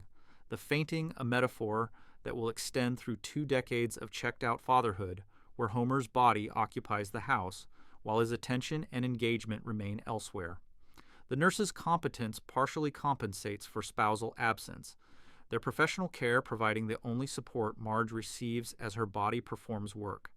It's too young to be doing, bringing a child into circumstances too unstable to sustain him properly. The medical team's efficiency a temporary buffer against the chaos waiting once hospital discharge releases the family into Springfield's indifferent streets. The apartment they bring Bart home to barely qualifies as adequate for 2 adults, let alone a family with infant, its single bedroom forcing them to place Bart's crib in the living room where his cries disrupt sleep for both parents, where privacy ceases to exist, where the physical impossibility of escape from the baby's needs creates resentment that neither parent can admit without feeling like monsters. The space smells of mildew and old cooking, grease, the building's age and landlord's neglect, creating an environment where raising a child feels like protecting him from the surroundings rather than providing nurturing space, the walls thin enough that neighbors' arguments and their babies' screaming trade through plaster boundaries, creating sonic environment of universal misery where every family's dysfunction becomes everyone else's background noise. Financial crisis accompanies Bart's arrival like a shadow that never lifts. Homer's job at the nuclear plant, paying wages that covered 2 people's bare minimum needs but proving insufficient for 3, especially when the third requires diapers, formula, medical checkups, and countless other expenses that ambush the family with their relentlessness, each small cost combining with others to create steady drain that empties their resources faster than Homer's paychecks can replenish them. Marge's inability to work because someone must watch Bart and they cannot afford childcare creates math problem with no solution. The single income inadequate but dual income impossible. The trap of poverty, snapping shut around them with finality that makes escape seem less like challenge and more like fantasy. Postpartum depression settles over Marge in the weeks following Bart's birth, the hormonal shifts combining with circumstantial stress to create fog that makes every task feel insurmountable, the baby's needs overwhelming, her body's exhaustion total, the apartment's inadequacy crushing, Homer's uselessness enraging, the combination producing tears that come without warning and last without end, the crying Jags frightening her because she loves Bart while simultaneously feeling trapped by him, the guilt over her ambivalence about motherhood, adding another layer to suffering that no one acknowledges because mothers are supposed to be happy, because admitting struggle means admitting failure, because Springfield in 1980 has no framework for understanding maternal mental health as legitimate medical concern rather than character weakness. Homer's resentment begins immediately. His awareness that Bart's arrival ended whatever remained of his youth, that fatherhood means working forever at job he hates to support, child he didn't plan for, that escape is impossible because abandoning family would make him his mother, creating emotional bind where staying feels like prison sentence but leaving feels like unforgivable sin. The resentment directed at Bart for existing and at Marge for getting pregnant, and at himself for his role in creating situation he lacks capacity to handle. His fantasy of returning to childless marriage where his paycheck served his own needs and his free time belonged to him rather than to screaming infant persists despite its impossibility. The longing for past life poisoning his capacity to engage with present reality, ensuring that even when physically present he remains emotionally elsewhere, his body in the room, but his attention focused on imagined alternative life where he made different choices. Bart proves to be a difficult baby, his temperament leaning toward fussiness that makes every feeding and sleep cycle into battle. His colic producing hours of inconsolable crying that drives both parents toward breaking points they're terrified to cross, Homer sometimes leaving the apartment when the screaming becomes unbearable, walking Springfield streets to avoid doing something he'd regret, Marge sometimes placing Bart in his crib and leaving the room to preserve her. Sanity. Both parents discovering that parenting requires reserves of patience they don't possess, that their love for their child coexists with moments of rage at him, that shame them but don't stop recurring. The bonding that's supposed to happen naturally between parents and infant occurs incompletely. Homer's interactions with Bart consisting mainly of holding him when Marge needs break and handing him back quickly when he cries, the physical care provided grudgingly, the emotional connection failing to form because Homer cannot access feelings beyond exhaustion and trapped resentment. Marge's bond develops more fully, but remains complicated by her depression and isolation. Her love for Bart real, but her capacity to express it limited by her own depletion. The relationship between mother and child characterized more by weary perseverance than by the joy parenting literature promised. The gap between expectation and reality, creating additional guilt that compounds her existing struggles. Chaos began on day one, establishing patterns that will characterize Bart's entire childhood, the household operating in permanent crisis mode, where problems get addressed reactively rather than prevented, where every day brings new disasters that consume whatever fragile stability the previous day managed to construct, the family lurching from emergency to emergency without ever achieving the calm that would allow planning or improvement, The instability teaching Bart before he can speak that the world is unpredictable and adults are unreliable, that safety is temporary and comfort is scarce, his nervous system developing an environment of chronic stress that will shape his personality into hypervigilance masked as hyperactivity, his difficulty regulating emotions a predictable outcome of being raised in family where emotional regulation is impossible because the baseline is chaos. Neither parent bonds properly because neither has reserves to draw on, Marge's depression and Homer's resentment combining to create care that keeps Bart alive without helping him thrive. The physical needs met adequately, but the emotional needs barely acknowledged. The holding and feeding and changing occurring without the eye contact and vocal engagement that builds secure attachment. Bart absorbing from infancy the message that he's burden rather than joy, that his presence creates stress rather than happiness. The earliest relationship patterns teaching him that love is obligation, performed with visible reluctance rather than gift given freely. Toddler Bart's personality emerges through his second and third years as the difficulty that characterized his infancy intensifies into active behavioral problems, the terrible twos arriving right on schedule but never really ending, his energy level exceeding what the small apartment can contain, his need for attention constant, his tantrums frequent, his sleep schedule irregular, every aspect of his behavior pushing his parents limited, patience past its breaking point multiple times daily. Episode flashbacks decades later will show this period with the rose tint of nostalgia, but the reality for Homer and Marge involves exhaustion so complete that days blur together into fog of managing crises, the toddler's needs eclipsing everything else, their marriage deteriorating further as they have no energy for each other after Bart consumes everything they have.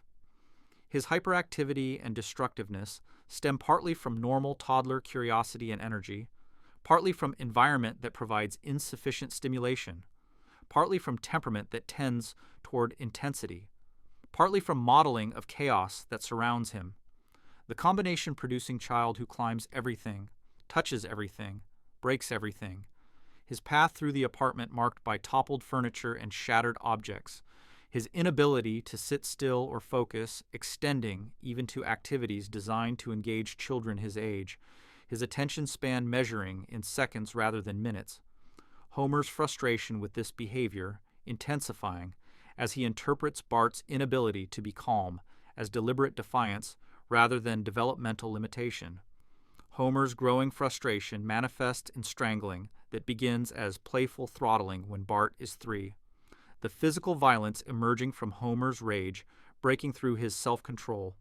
His hands finding his son's throat when the child's behavior exceeds his tolerance, the throttling happening quickly before conscious thought can prevent it. The release coming when some part of Homer's brain overrides the impulse or when Marge intervenes. The aftermath involving Homer's guilt and Bart's confusion about why Daddy hurts him. The pattern establishing itself as family's signature dysfunction. The violence becoming so routine that within years it will seem normal to everyone. Just how Homer and Bart interact, the casual child, abuse no one acknowledges as such, because acknowledging would require action no one wants to take.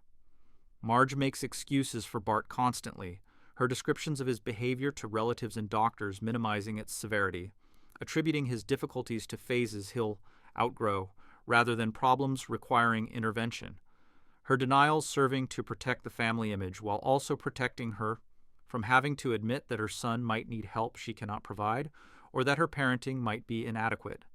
Her enabling begins early, cleaning up his messes rather than teaching him to clean, excusing his violence toward other children as normal boy behavior, dismissing teachers' concerns as exaggeration. The pattern of making Bart's problems disappear through her effort rather than addressing their root causes, teaching him that consequences are optional and that mom will always rescue him from accountability. Blame shifts to the child for creating stress rather than to parents for failing to manage normal childhood behavior appropriately. Bart learning through thousands of small interactions that he's the problem, that something is wrong with him, that his natural energy and curiosity represent defects rather than features, that he should be different, quieter, calmer, easier. The message that he's fundamentally bad rather than simply young and underparented, settling into his self-concept before he develops language to articulate or challenge it. The internalized badness becoming self-fulfilling prophecy as he learns to perform the badness that adults already attribute to him, regardless of his actual behavior. He learns early that misbehavior equals attention, that acting out produces parental engagement that good behavior doesn't trigger. Homer, ignoring Bart when he plays quietly but reacting strongly when he breaks rules. Marge's exhausted smile when he's compliant, barely registering as recognition, while her exasperation when he misbehaves at least acknowledges his presence, the incentive structure accidentally teaching that negative attention surpasses invisibility, that being yelled at beats being unseen, the lesson shaping his behavior throughout childhood as he escalates misbehavior to maintain parental awareness of his existence, preferring anger to indifference because anger at least confirms that he matters enough to provoke response. Positive attention remains absent from Bart's experience. Homer too tired or distracted to notice achievements, too resentful to praise, too focused on his own misery to recognize his son's needs beyond physical care. Marge's attention consumed by managing crises and beginning to focus on her second pregnancy, neither parent providing the enthusiastic recognition and encouragement that build children's confidence. Bart's early attempts at art or questions about how things work, meeting indifference that teaches him his thoughts and creations hold no value, that curiosity annoys rather than delights, that his inner life is irrelevant to adults whose own inner lives are collapsing under the weight of circumstances they cannot control. Intelligence flickers through Bart's early behavior in ways no one recognizes or nurtures, his quick understanding of patterns, his creative problem-solving when motivated, his verbal skills developing normally despite chaotic environment, the potential present but channeled entirely into mischief because mischief brings results while compliance brings nothing. His intelligence manifests in pranks that require planning and execution, beyond what's typical for his age, in lies sophisticated enough to sometimes work, in manipulation of his parents' psychology that shows understanding of their motivations and vulnerabilities, all these capabilities deployed toward survival and attention-seeking, rather than toward growth or achievement, because no one guides him toward constructive application of abilities that might, in different circumstances, mark him as gifted rather than difficult. Lisa's birth on May 9, 1983, arrives into family. Situation that has not improved in the 3 years since Bart's arrival. Marge pregnant again despite their resources being insufficient for the child they already have. The second pregnancy coming from Homer's refusal to consistently use protection, combined with Marge's inability to insist because asserting her needs feels impossible when his needs dominate everything. The pregnancy announcement brings panic rather than joy. Both parents aware that adding another mouth to feed will push them further beyond their capacity. Homer's immediate reaction being anger that gets redirected from himself and Marge toward Bart, as though the toddler's existence caused the pregnancy by using up resources that might have prevented it. Bart's rage at learning he'll have a sibling manifests in regression and aggression, his barely controlled behavior deteriorating further as he recognizes that the attention already inadequate will now be divided, that he's about to become even less important to parents who barely acknowledge him now. The 3-year-old's tantrums intensifying as he acts out the emotional reality he lacks words to express, his destruction of household items and violence toward Marge's pregnant belly demonstrating that he perceives the fetus as threat, that he understands at some level that his already difficult life is about to become harder. Lisa emerges on Mother's Day, the date's symbolism lost on no one as Marge spends what should be her day of rest in labor, the timing feeling like joke at her expense, the baby's arrival smoother than Bart's, medically but more difficult emotionally, as Marge struggles with postpartum depression's second visit, while also managing toddler who's actively hostile to the infant, the competing demands of newborn and 3-year-old exceeding her capacity immediately, the apartment's single bedroom now housing 2 children in addition to parents who haven't had privacy in 3 years and won't have it for 15 more. Homer and Marge's reactions to Lisa differ from their reactions to Bart in ways subtle but significant. The baby's temperament easier from day one, her feeding and sleeping more regular, her crying less frequent, the contrast making her seem like miracle after Bart's difficulty, though the miracle is simply that she's normal rather than challenging. Their relief at her relative ease expressing itself as preference that Bart senses even if no one articulates it. The differential treatment beginning immediately as Lisa gets the smiles and gentle handling that Bart never received, the unfairness planting seeds of sibling resentment that will bloom throughout their childhood. Lisa proves to be easy baby, the label applied to her reflecting not just her temperament but her family's low expectations, her normal infant needs feeling manageable after Bart's intensity, her presence in the household creating less disruption than anticipated, because she accommodates to chaos rather than adding to it, her ability to sleep through Bart's tantrums and Homer's yelling, suggesting either remarkable resilience or early development of the dissociation that will help her survive her family's dysfunction. Her ease tempts Marge to attribute moral qualities to infant behavior, as though Lisa's compliance reflects virtue while Bart's difficulty reflected badness. The interpretation missing that temperament is innate, rather than chosen. That comparing siblings based on characteristics beyond their control establishes hierarchy that will poison their relationship. Immediate comparison between the children begins before Lisa leaves hospital, Marge commenting that this baby is so much better. Homer expressing gratitude that at least one of his kids isn't constantly screaming. The relatives visiting to meet Lisa, asking how she compares to Bart, and receiving answers that emphasize the contrast. Everyone participating in establishing narrative where Bart is the bad child and Lisa is the good one. The roles assigned and reinforced so consistently that both children will internalize them as identity rather than recognizing them as family mythology that serves adults' need to understand why parenting one child felt impossible while parenting another feels manageable. Bart's jealousy manifests in attempts to hurt Lisa, the toddler pinching and hitting the baby when adults aren't watching, his violence toward her expressing the rage he feels at her existence and his limited capacity to understand that his feelings aren't her fault, that she didn't choose to arrive, that blaming her for his parents' inadequacy misplaces responsibility. Marge's interventions teach Bart that hurting Lisa brings punishment while doing nothing brings invisibility. The lesson plan incomplete because it focuses on stopping his violence without addressing the emotions driving it, without helping him process the grief and rage of being displaced, the behavioral modification occurring without emotional support that might prevent the resentment from calcifying. Lisa's early verbal skills emerge by her first birthday, her babbling becoming recognizable words months earlier than typical development predicts, her language acquisition accelerated, either by genetic gift or by her observation of Bart's speech providing models to imitate, the verbal precocity surprising her parents, who don't know enough about child development to realize how unusual it is, the skill going unremarked and unnurtured because Homer and Marge lack framework for recognizing that their daughter might be developing differently from other children in ways that indicate exceptional intelligence rather than normal variation. Her difference becomes obvious immediately to anyone paying attention, but her family isn't paying attention.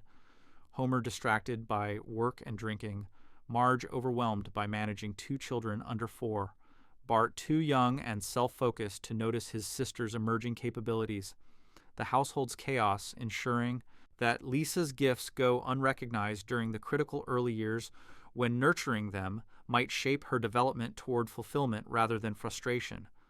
The neglect not malicious but resulting from system where parents lack bandwidth to notice individual children's needs because meeting basic physical needs for everyone consumes all available resources. Parents treat her differently partly because her temperament invites different treatment, partly because they've learned from Bart what not to do, partly because gender expectations create different standards. Girls supposed to be easier and quieter and more compliant than boys. Lisa's fulfillment of these expectations, earning approval that reinforces her people-pleasing, while Bart's failure to meet masculine standards for being tough but obedient simultaneously creates impossible standard. The gendered parenting teaching both children that their worth depends on performance of gender roles neither fully understands or chose. This differential treatment creates sibling dynamic that will define their relationship throughout childhood and into adulthood. Bart experiencing Lisa's arrival and the positive attention she receives as evidence of his fundamental unworthiness. Lisa growing up aware that she's preferred but unable to enjoy that preference because it comes with pressure to maintain her good status by suppressing needs that might make her as difficult as Bart, both children damaged by being positioned against each other, their potential alliance against inadequate parenting, foreclosed by parents' strategy of dividing them through comparison. Financial crisis intensifies with the third pregnancy, Marge discovering she's carrying Maggie in 1988 during period when Homer has finally achieved some financial stability by working at job he actually enjoys, the bowling alley position paying less than the plant but bringing him genuine happiness for the first time in his adult life. His escape from Burns' control representing emotional liberation that makes the pay cut feel worthwhile. His brief period of contentment about to be destroyed by biology and circumstance conspiring to trap him again. The pregnancy announcement lands like bomb, destroying the fragile hope Homer had built about his life possibly improving. The awareness that he must return to the plant to afford a third child, killing whatever remained of his spirit. The decision to sacrifice his happiness for his family's survival. Noble, in theory, but poisonous in practice, as his resentment about this sacrifice will leach into every interaction with his family for years to come. Horror at the timing combines with guilt about feeling horror. Marge's pregnancy test positive result producing tears from both of them. Not tears of joy, but tears of despair, barely concealed, as they realize that every gain they've made toward stability is about to be erased, that they're returning to poverty's edge just when they've managed to step back from it slightly, that the family planning they attempted through unreliable rhythm method has failed again. Their third unplanned child arriving like final confirmation that they will never control their circumstances, that life will continue happening to them rather than proceeding according to any plan they might formulate. Homer's return to the plant follows immediately, his resignation from the bowling alley submitted with awareness that Burns has won, that he will spend the rest of his working life at a job he hates serving a man who despises him. The career trajectory locked into place with no further possibility of escape because each year brings increased difficulty of finding new employment as his skills stagnate and his resume shows nothing but nuclear plant work, the golden handcuffs tightening until they become actual shackles. The plant benefits and pension creating dependence that makes leaving impossible, even as staying slowly kills whatever remained of his soul. Burns' leverage over Homer solidifies in this moment, the power dynamic shifting as Burns recognizes that Homer's three children create vulnerability that can be exploited, that threatening Homer's employment now threatens not just Homer, but his family. The knowledge making Homer more compliant, more willing to accept abuse, more desperate to keep his job, regardless of conditions because the alternative is his children going hungry. Burns understanding and enjoying this power, keeping the do-it-for-her photos on display where Homer works not as touch of sentimentality but as reminder of exactly what Homer has to lose, the photos symbolizing both his love and his trap. Maggie, conceived in failure, her very existence representing Homer's surrender to circumstance, arrives on December 17, 1988, during financial crisis that makes her birth feel like mistake. Everyone is too polite to explicitly acknowledge the family photos from her first days showing smiles that don't reach eyes, exhaustion visible in every face, the three children under 8 now filling the house with noise and need that never stops. Marge's exhaustion, total as she manages infant, while Bart at 8 is old enough to require supervision rather than just care, and Lisa at 5 asks questions about everything with insatiable curiosity that Marge has no energy to satisfy. Parents' exhaustion by third child is visible in how they interact with Maggie compared to their earlier attention to Bart and Lisa. The milestones that receive photographs and celebration for the older children passing unmarked for Maggie. her first smile and first steps occurring without the fanfare that accompanied her siblings' development, not because her parents love her less, but because they simply lack reserves to perform enthusiasm they don't feel. The depression and depletion too complete for anything beyond maintaining basic care. Maggie receiving adequate physical attention but minimal emotional engagement from birth, learning. Early, that silence is safest. That demands bring exhaustion, tinged irritation, that accommodation to chaos serves better than adding to it. Her perpetual pacifier, introduced in infancy as tool for soothing, becomes security object. She refuses to relinquish as she grows, the binky remaining in her mouth continuously through toddlerhood and beyond. Homer and Marge lacking energy to fight the battle of removing it. The object serving Maggie as both comfort and communication tool, her sucking intensifying when stress increases, the pacifier enabling her silence by giving her mouth something to do other than speak, the muteness that will characterize her developing partly from temperament, but also from learned understanding that vocal demands strain parents already strained beyond breaking. Learning early that silence is safety, Maggie observes rather than participates, watching her siblings fight for attention and recognizing that the fight brings punishment as often as reward, that remaining unnoticed might actually be advantage in household where notice usually means being yelled at or having needs denied. She witnesses Bart's strangling and Lisa's tears, sees Marge's collapse and Homer's rage, understands before she has words that her family's breaking, and that her silence might be the only thing preventing complete fracture.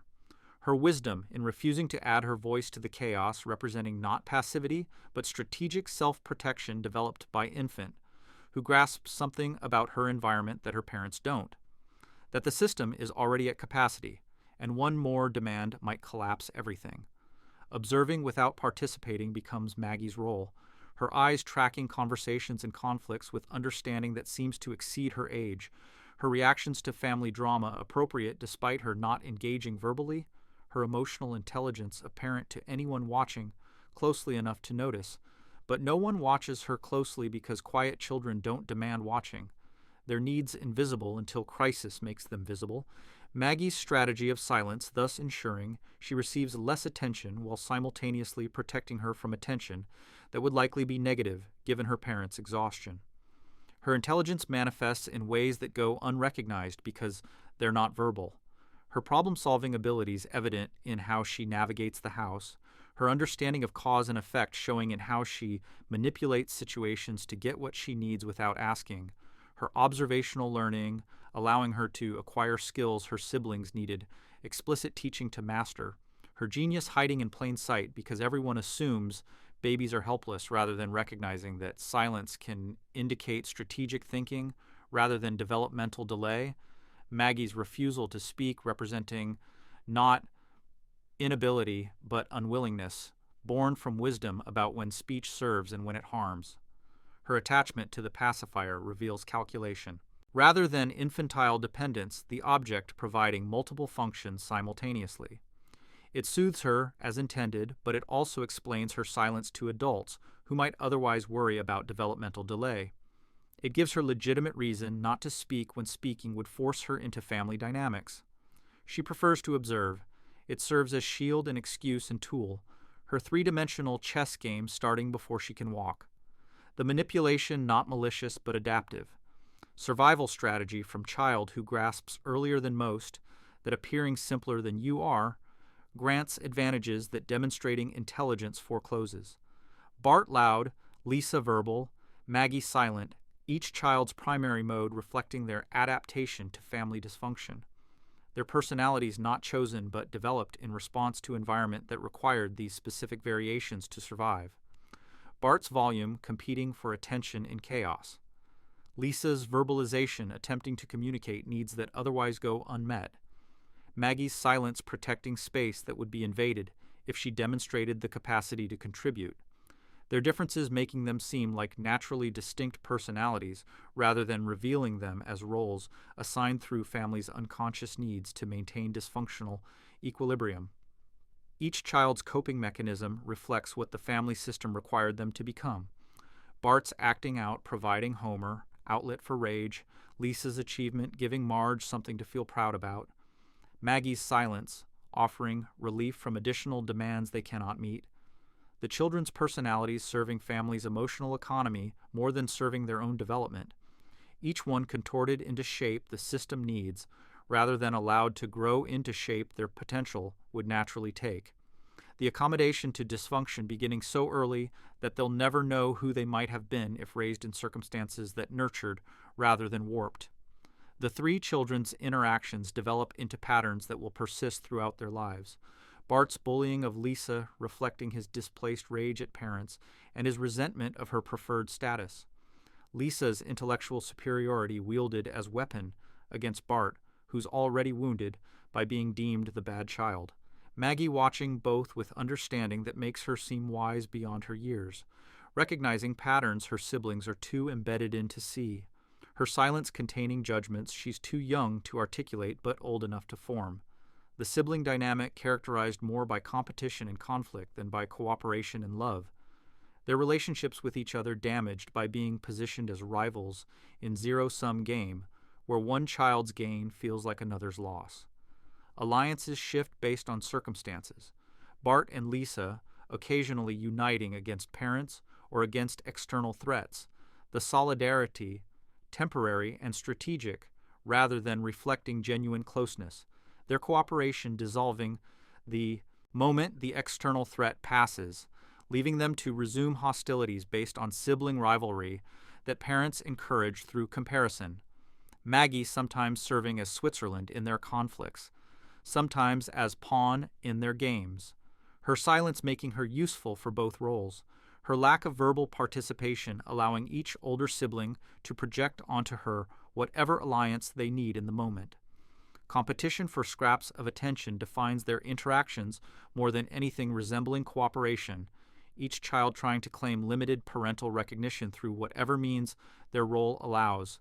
Bart through misbehavior that guarantees notice even if negative, Lisa through achievement that occasionally penetrates her parents' distraction, Maggie through strategic silence that prevents punishment even if it doesn't earn recognition, none of them receiving enough attention to satisfy their needs, all of them learning that love is scarce resource to be fought over, rather than abundant gift freely given.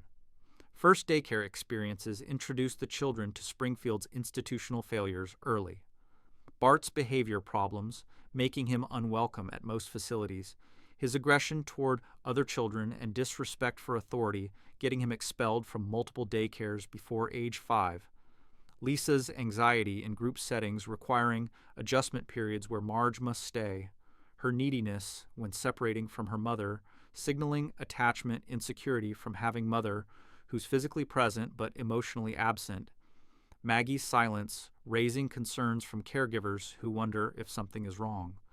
The family's dysfunction visible even in how their children interact with institutional care, that's supposed to help, but mostly just extends patterns of inadequacy. Apu's quick E-Mart becomes unofficial childcare when formal options run out or prove too expensive. Homer dropping kids at the store during errands and sometimes forgetting to retrieve them for hours. Apu's tolerance of this arrangement reflecting his kindness, but also his immigrant's unwillingness to challenge customer who might make trouble. The children learning early that convenience stores are acceptable places to spend afternoons, that being forgotten is normal, that adults, other than their parents, will care for them out of pity rather than obligation. The casualness of this neglect normalizing it for children who don't realize until years later that other families don't treat their kids as burdens to be temporarily stored wherever convenient. Television becomes their primary caregiver and educator, the screen occupying the children for hours daily while Marge accomplishes household tasks and Homer drinks or sleeps, Bart and Lisa absorbing itchy and scratchy violence until gore seems humorous rather than horrifying. All three watching Krusty the Clown learn that entertainment means selling products and that trust gets exploited, their media diet consisting of content designed to turn children into consumers while providing minimal educational value. the TV raising them more consistently than their parents, teaching them about the world through commercials and cartoons, their worldview shaped by programming designed to extract money rather than build character. Violent media normalizes casual cruelty that will characterize their relationships with each other and with others. Bart's replication of itchy and scratchy violence on Lisa, beginning as play but escalating into genuine harm, Lisa's anxiety about being hurt, creating hypervigilance that will define her personality. Maggie witnessing both and learning that violence is how affection gets expressed in families. The show's influence more powerful than parental guidance because parental guidance barely exists. The children's moral development shaped by characters who die and resurrect in next scene, teaching them that consequences are temporary and pain is entertainment, that the suffering of others provides amusement rather than calling for empathy. Krusty becomes surrogate parent figure, his face more familiar than Grandpa's, his voice more constant than Marge's, his presence in their daily lives more reliable than Homer's.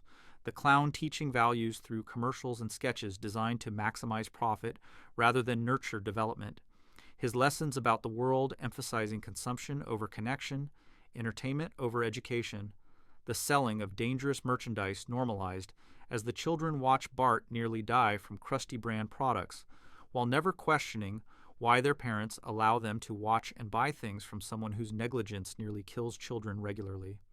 Commercial manipulation begins in infancy, their developing brains unable to distinguish between content and advertising, their desires shaped by jingles and catchphrases, their requests for toys and food reflecting not genuine needs, but implanted wants.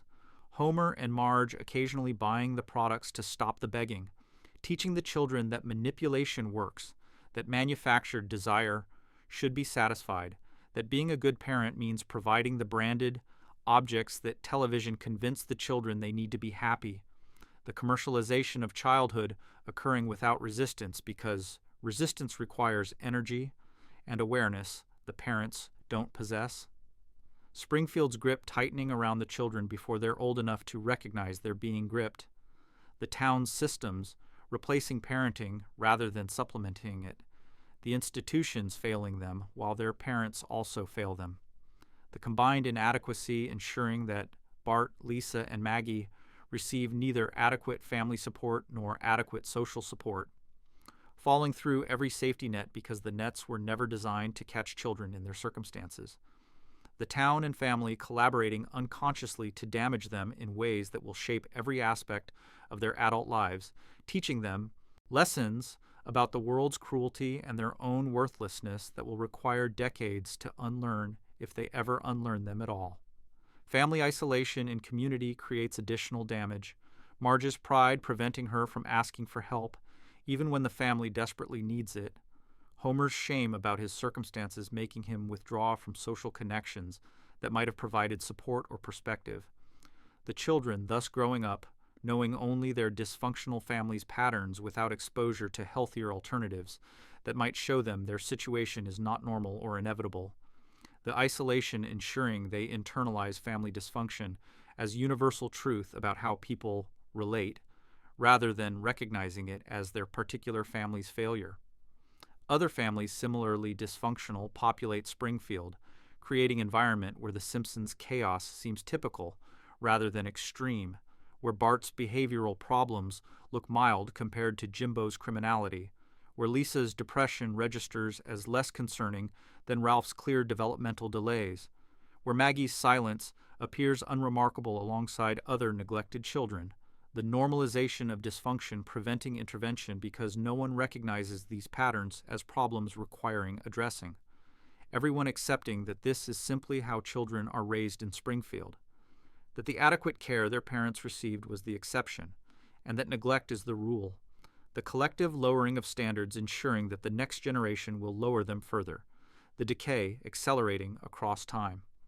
By the time Maggie arrives, the family's patterns have calcified into ritual, each member playing their assigned role in a dysfunction that feels like normalcy, because it's all they've known, the children's personalities not chosen but forged in response to parents who love them but cannot properly raise them, who provide food and shelter but not emotional sustenance, who keep them alive but not truly flourishing, Bart becoming the bad one because someone had to absorb Homer's rage and the role fit his temperament well enough, Lisa becoming the smart one because someone had to carry the family's hope for upward mobility, and her intelligence made her suitable repository, Maggie becoming the silent one because the family system was already at capacity, and her refusal to add more noise represented the last adaptation available in a house where every role had been filled, carrying the family forward into Springfield's waiting institutions where broader failures will compound the intimate ones already inflicted,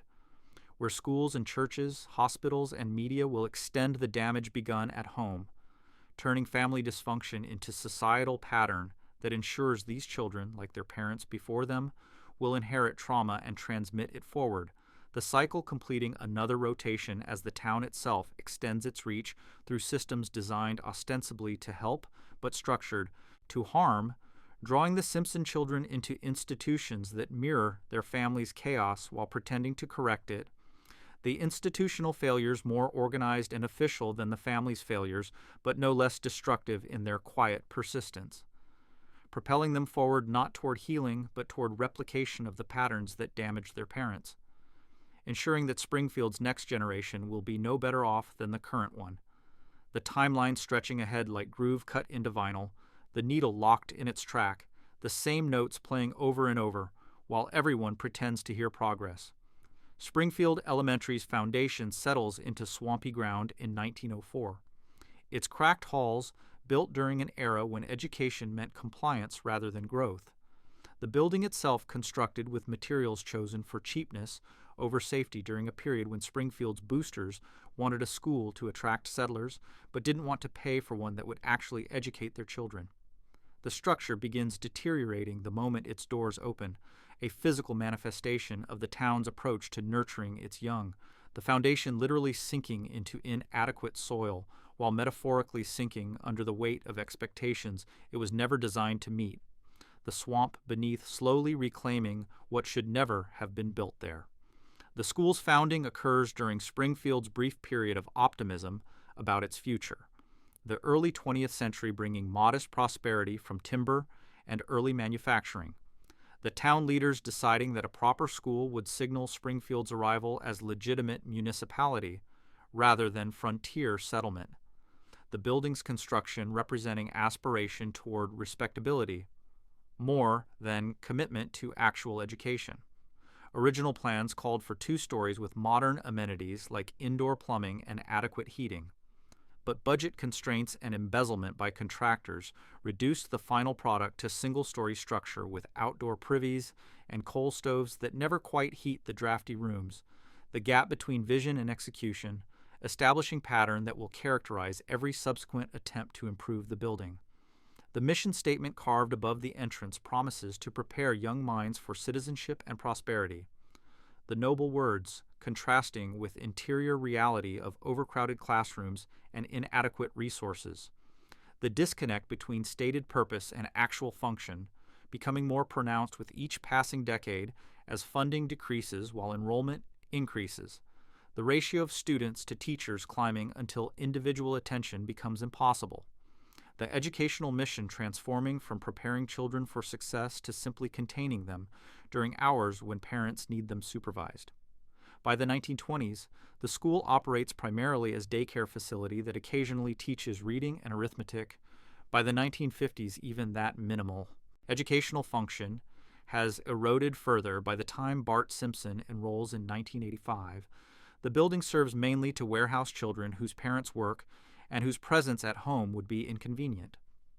Physical decay accelerates through the decades, each generation of administrators deferring maintenance that budget doesn't cover, the roof developing leaks that destroy ceiling tiles and create water damage that spreads, the foundation sinking, producing cracks in walls that widen annually, the plumbing that was finally installed in the 1930s corroding until pipes burst regularly, flooding classrooms, and creating mold problems that affect students' health, the asbestos insulation applied in the 1950s beginning to flake and contaminate air, exposing children to carcinogens that will kill some of them decades later, the lead paint peeling from walls in chips that toddlers in kindergarten rooms occasionally eat, producing developmental delays that teachers will interpret as stupidity, requiring punishment rather than poisoning requiring treatment.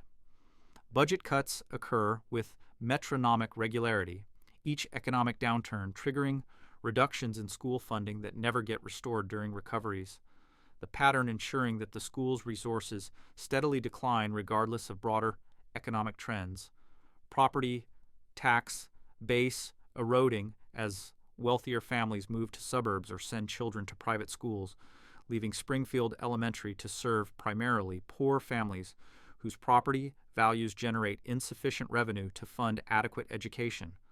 The funding model ensuring failure by tying school resources to community wealth in system where poor communities produce poorly funded schools that produce poorly educated students who remain poor, the cycle self-perpetuating across generations. The curriculum hasn't been meaningfully updated since the 1960s. Textbooks from that era still in use when Bart and Lisa attend. The book's information about science and history outdated by decades, maps showing countries that no longer exist and missing countries that have been established, the educational content frozen in amber while the world moves forward, students learning facts that were questionable when published and are demonstrably false by the time they're taught. The school's resistance to curricular reform stemming from cost of new materials and inertia of administrators who learned from these same outdated books and see no reason why current students shouldn't suffer similar miseducation. By design, the school teaches compliance rather than critical thinking. The pedagogical approach emphasizing rote memorization and regurgitation rather than analysis or creativity. Students rewarded for following instructions precisely and punished for questioning authority or thinking independently. The system producing graduates who can pass standardized tests through memorization but cannot apply knowledge to novel situations, who follow orders effectively but cannot evaluate whether those orders serve their interests, the educational outcome perfectly suited to economy requiring obedient workers rather than innovative thinkers. Springfield Elementary fulfilling its actual purpose even as it fails its stated mission. Teacher burnout becomes systematic feature rather than occasional problem. Educators entering the profession with idealism about making difference in children's lives, encountering working conditions that make such difference impossible. The overcrowded classrooms and inadequate resources combining with administrative indifference and parental hostility to crush whatever passion brought them to teaching. The transformation from enthusiastic teacher to defeated time server occurring within first few years for most, within first year for many, the veteran teachers who remain having either developed complete emotional numbness or found ways to survive by caring less, by doing minimum, by accepting that their job is containment rather than education, that their purpose is babysitting rather than teaching, that their success measures in preventing riots rather than fostering learning. Edna Krabappel's descent from hopeful educator to defeated cynic follows this pattern precisely.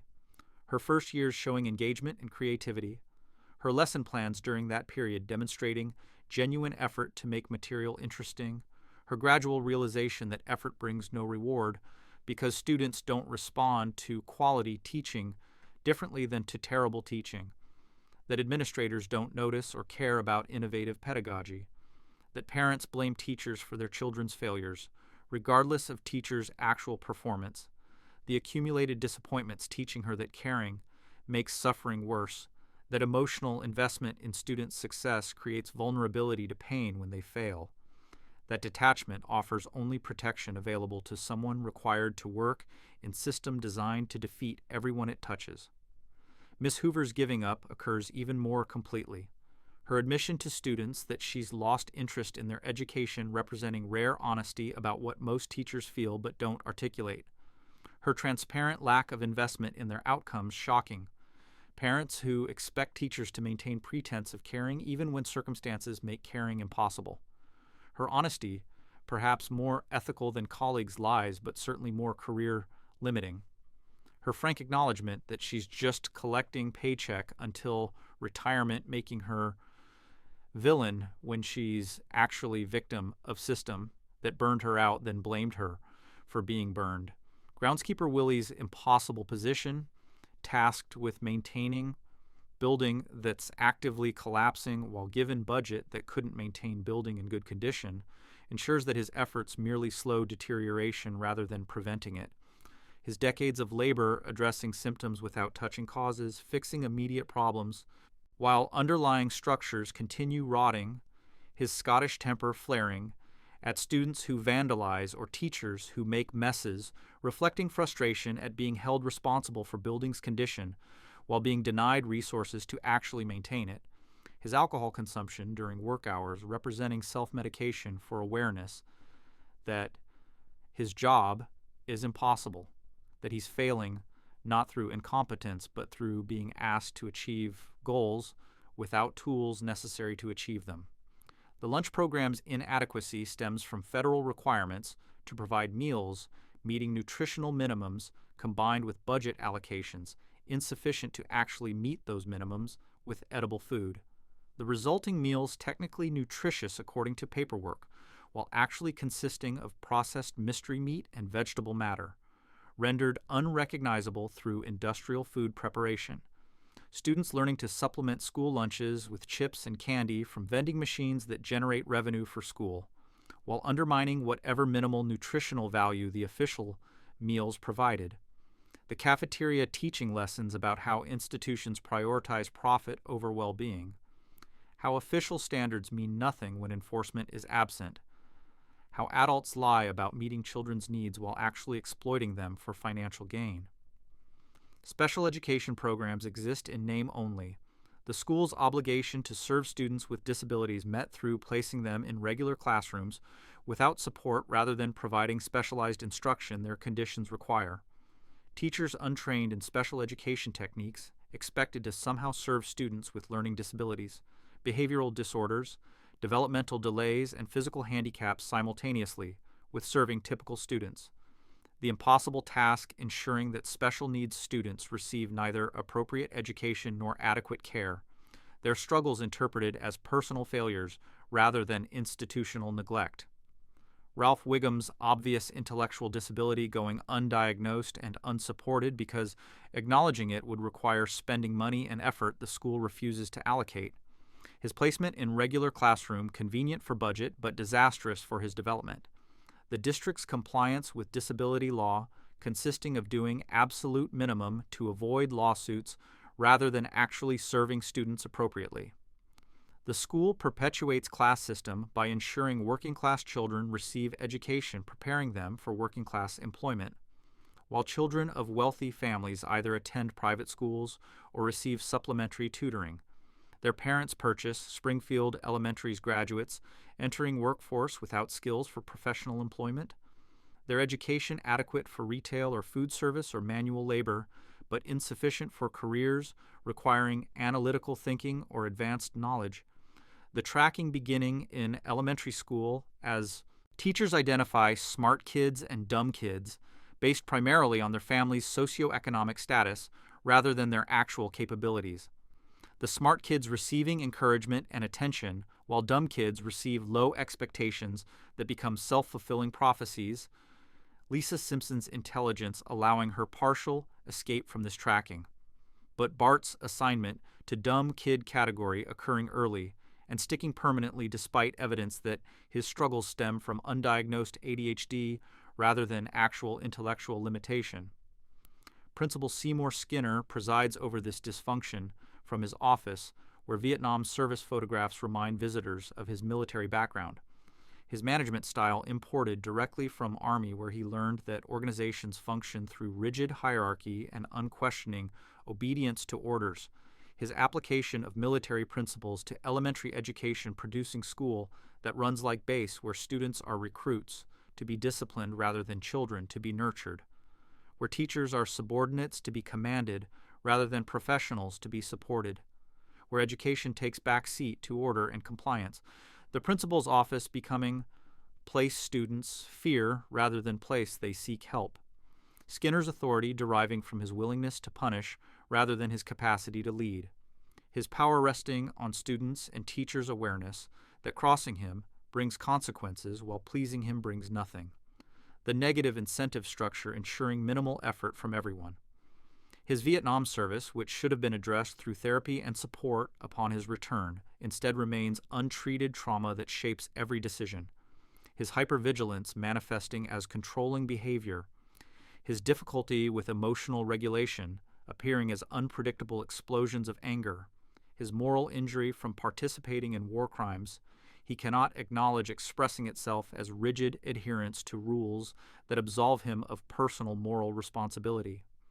His entire personality organized around avoiding situations where he might have to make independent ethical judgments, because the last time he did that, people died and villages burned.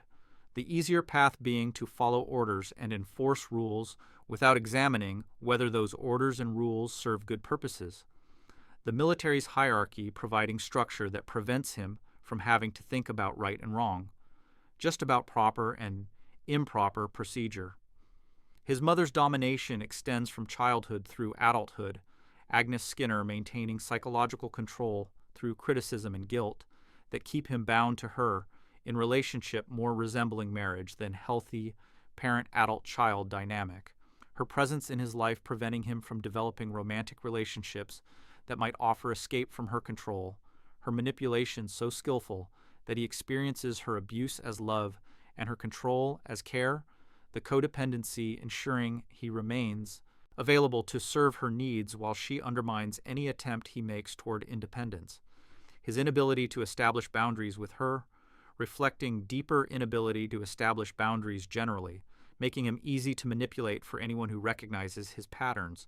Superintendent Chalmers exploiting Skinner's need for approval from authority figures to extract compliance that serves district goals while harming schools' interests. The relationship with Chalmers replicates dynamic Skinner had with military superiors. The superintendent's abuse consisting of impossible demands combined with harsh criticism for inevitable failures to meet those demands. The pattern keeping Skinner perpetually off balance and desperate to please, his efforts to satisfy Chalmers consuming energy that should be directed toward actually running school effectively, the relationship's toxicity accepted as normal because both parties learned in their formative years that authority relationships involve superiors' abuse and subordinates' acceptance, that pushing back brings worse consequences than complying, that survival requires accommodating to unreasonable demands while maintaining facade of competent leadership even as the demands make competent leadership impossible. His initial idealism about education, present when he first accepted the principal position in the 1970s, involved genuine belief that he could make difference in students' lives, that military discipline applied appropriately could help children from chaotic homes find structure and stability, that his service to country could continue through service to community. The beliefs not entirely wrong, but inadequately, accounting for how trauma and rigid thinking would warp his implementation, how his inability to distinguish between appropriate structure and authoritarian control would transform potentially helpful discipline into harmful punishment, how his unprocessed war trauma would bleed into every interaction until the school became theater, where he unconsciously reenacted Vietnam dynamics with students playing role of civilians he failed to protect, and teachers playing role of subordinates he failed to lead. Progressive crushing by system occurs through accumulation of small defeats, each budget cut requiring him to eliminate programs or positions, each directive from Chalmers demanding he implement policies he knows will harm students, each conflict with parents or teachers ending in compromise that satisfies no one, the victories so rare and the defeats so regular that his initial idealism transforms into bitter cynicism masked by procedural compliance, his evolution from reformer to bureaucrat completing over 15 years until nothing remains of the man who thought he could improve education, only the husk performing rituals that maintain appearance of schooling, while actual education occurs sporadically if at all. His acceptance of the school's failures representing less surrender than recognition that fighting against systemic dysfunction just exhausts the fighter without changing the system. Budget constraints. He cannot determine every decision. The funding model ensuring that Springfield Elementary operates in permanent crisis where essential needs compete against each other, forcing impossible choices between repairing roof and buying textbooks, between funding art program and maintaining heating system, between retaining experienced teachers and keeping library open, the principal's job consisting largely of managing scarcity in ways that minimize immediate crisis while ensuring long-term deterioration continues. His power to make things better, essentially zero, while his power to make things worse through bad decisions remains substantial. The asymmetry teaching him that his safest course involves doing nothing, maintaining status quo however terrible, because change risks making things worse. The conservative stance, ensuring the school's decay, continues while protecting him from blame for that decay, because he can claim he's doing his best with resources available. Rules matter more than education in his value system, the emphasis on procedure over outcome, reflecting his military training, where following proper protocols supersedes achieving actual objectives. A student obeying dress code while learning nothing representing success, while student violating dress code while mastering material representing failure. The inversion of priorities obvious to everyone except Skinner, who genuinely believes that order creates conditions for learning rather than recognizing that his particular kind of order actually prevents learning by making school hostile environment, where students focus on avoiding punishment rather than engaging with education. His inability to distinguish between structure that enables and control that constrains, ensuring that his leadership style serves his psychological needs rather than students' educational needs. His failure to protect students from abuse by teachers, from bullying by other students, from unsafe building conditions, from inadequate nutrition, from all the harms that Springfield Elementary inflicts daily, stems not from malice but from broken system overwhelming his limited capacity to improve conditions, his triage approach addressing only most visible problems while allowing less visible suffering to continue, his awareness of the gap between what students need and what he can provide. Creating guilt he manages through compartmentalization and denial, his refusal to acknowledge the school's failure, preventing him from seeking help or resources that might exist beyond his awareness. The psychological defense that protects him from unbearable knowledge also ensuring that unbearable conditions persist, his complicity in the system's dysfunction, complete even as his intentions remain. In his own mind, at least, focused on serving students, he's actually harming through his service to institution designed to harm them. The nuclear power plant's construction in the late 1960s brings industry to Springfield on scale the town has never before experienced. The facility rising on land where forests stood, Montgomery Burns acquiring the property through methods that involve bribing local officials and threatening holdouts. The construction process itself providing temporary employment boom that masks the long-term costs the plant will impose. Workers flooding into Springfield to build the facility, then departing when construction completes, leaving the town with expanded infrastructure it cannot maintain, and expectations of continued growth that won't materialize. The boom and bust cycle teaching Springfield nothing, because the immediate profits feel too good to question whether they're worth the eventual price. Original safety standards established by federal regulators who understood nuclear power's dangers called for containment systems and backup protocols that would prevent meltdowns and protect surrounding communities from radiation. The regulations representing hard-won knowledge from incidents at other facilities. The requirements expensive but necessary for public safety.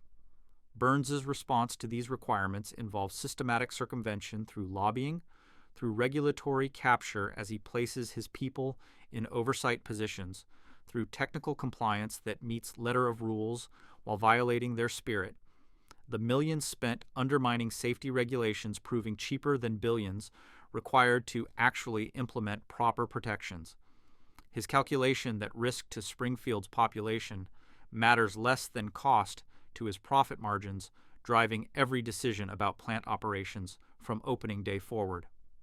Early accidents get covered up through a combination of media control and regulatory capture, incidents that should have triggered evacuations and investigations, instead producing internal memos and quiet payments to affected families who sign non-disclosure agreements, the pattern establishing itself before the plant operates for full year, the message being that Burns's power exceeds any authority that might hold him accountable, that laws apply to others but not to him, that Springfield's safety is negotiable while his profits are not.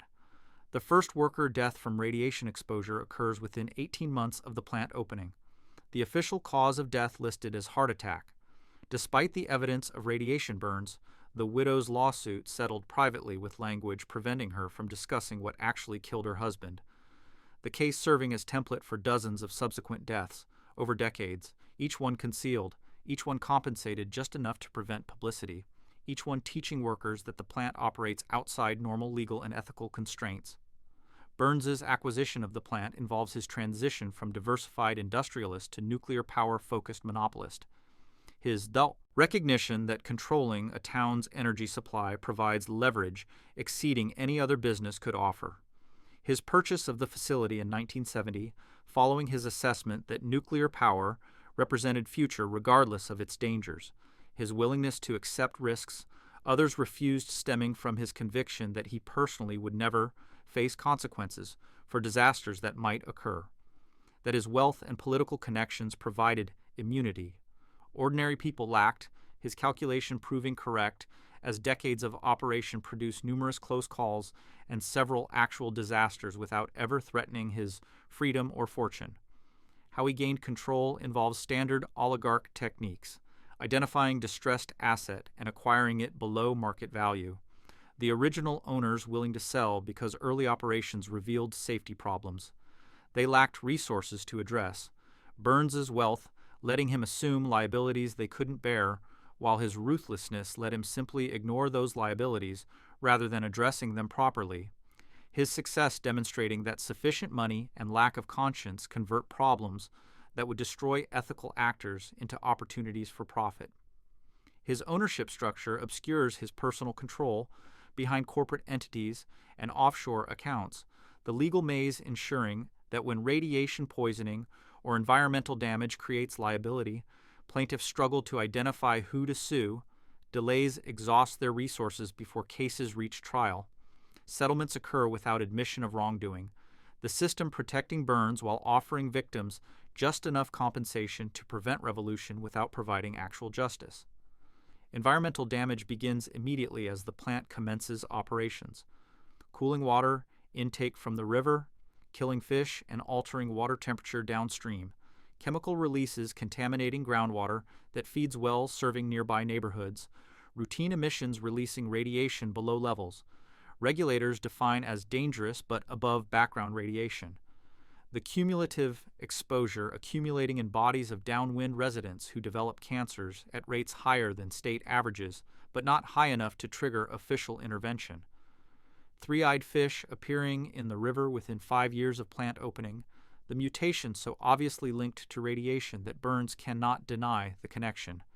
His response being not to improve safety, but to ensure the mutant fish become Springfield joke rather than symbol of corporate malfeasance, the successful reframing allowing continued operation despite visible evidence that the plant is poisoning its surroundings. Worker safety receives even less consideration than public safety. Employment contracts, including clauses waiving company liability for radiation exposure, despite such waivers being legally questionable. The workers accepting these terms because jobs are scarce and the plant pays better than alternatives even if it kills you. The Faustian bargain accepted by workers who need money more than they need longevity. Their desperation providing Burns with renewable workforce willing to work under conditions that would drive away workers with options. Homer Simpson's hiring in 1984 despite complete lack of qualifications exemplifies the plant's employment practices. His position in Sector 7G, giving him access to reactor controls he doesn't understand, his responsibility for monitoring systems he cannot read properly, his authority to make decisions he's incompetent to make. The absurdity of his employment obvious to everyone except Burns, who doesn't care whether employees are qualified, so long as they're cheap and compliant. Why the plant employs local idiots instead of trained professionals becomes clear upon examining Burns's management philosophy. His preference for employees who won't question dangerous practices, who lack knowledge to recognize violations, who are too stupid or too desperate to organize for better conditions. The workforce selection ensuring compliance through ignorance, the barely functioning operation preferable to properly staffed facility, because properly staffed facility might include workers capable of recognizing and reporting the countless safety violations and environmental crimes that occur daily. Homer's incompetence thus representing asset rather than liability from Burns' perspective. His stupidity providing perfect cover for illegal operations because he genuinely doesn't know he's witnessing crimes. The union's complicity in enabling dangerous conditions stems from leadership's corruption, union representatives having accepted Burns's bribes to look the other way. Workers' safety, concerns dismissed or ignored by their supposed advocates, who've been purchased through campaign contributions and personal payments. The union's transformation from worker protection to worker exploitation, complete by the time Homer joins. His occasional attempts to organize met with threats from management and betrayal by union leadership that's supposed to protect him. The capture of workers' organization ensuring that employees have no institutional support, that their only protection from Burns is their individual willingness to resist. That collective action has been neutralized through corruption of the institutions designed to facilitate it. Carl and Lenny's enabling of Homer's incompetence, their tendency to cover for his mistakes and do his work when he sleeps or disappears, represents less friendship than self-preservation. Their awareness that Homer's failures could trigger investigations that would reveal everyone's inadequacy. That maintaining his employment requires everyone pretending the system works when actually the plant operates through luck and redundancies rather than through actual competence. Their protection of Homer, thus protecting themselves by maintaining fiction that nuclear power plants staffed by Homer, Simpson-level workers can operate safely, the collective delusion required for everyone to sleep at night, despite knowing they're working in facility that will eventually melt down or explode or poison everything within 50 miles. The question being not whether disaster will occur, but when, and whether anyone will survive to assign blame. The plant's role in Springfield's economy creates dependence that makes shutdown impossible, even as continued operation remains unconscionable. The facility employing significant percentage of working-age adults. The tax revenue it generates funding substantial portion of town budget. The electricity it produces powering homes and businesses that have no alternative supplier. The economic integration so complete that Springfield literally cannot afford to close the plant despite knowing it's slowly killing them. The trap perfectly designed to ensure Burns faces no meaningful resistance to his continued operation regardless of how many people die or how much environmental damage occurs. His control over the town's economic lifeline converting into political control that ensures regulations aren't enforced, violations aren't punished, victims aren't compensated. The power dynamics permanently tilted in his favor through carefully constructed dependency that makes resistance economically suicidal, even as compliance is literally toxic. How the plant poisons while employing, how it creates the dependency that prevents accountability, how it represents everything wrong with Springfield condensed into single institution. These truths settle into the town's consciousness without triggering action because action would require sacrifice the town isn't willing to make. The jobs and tax revenue mattering more than the cancer and the mutations, at least until the cancer and mutations affect you personally, at which point it's too late because Burns has already extracted your utility and your suffering no longer concerns him.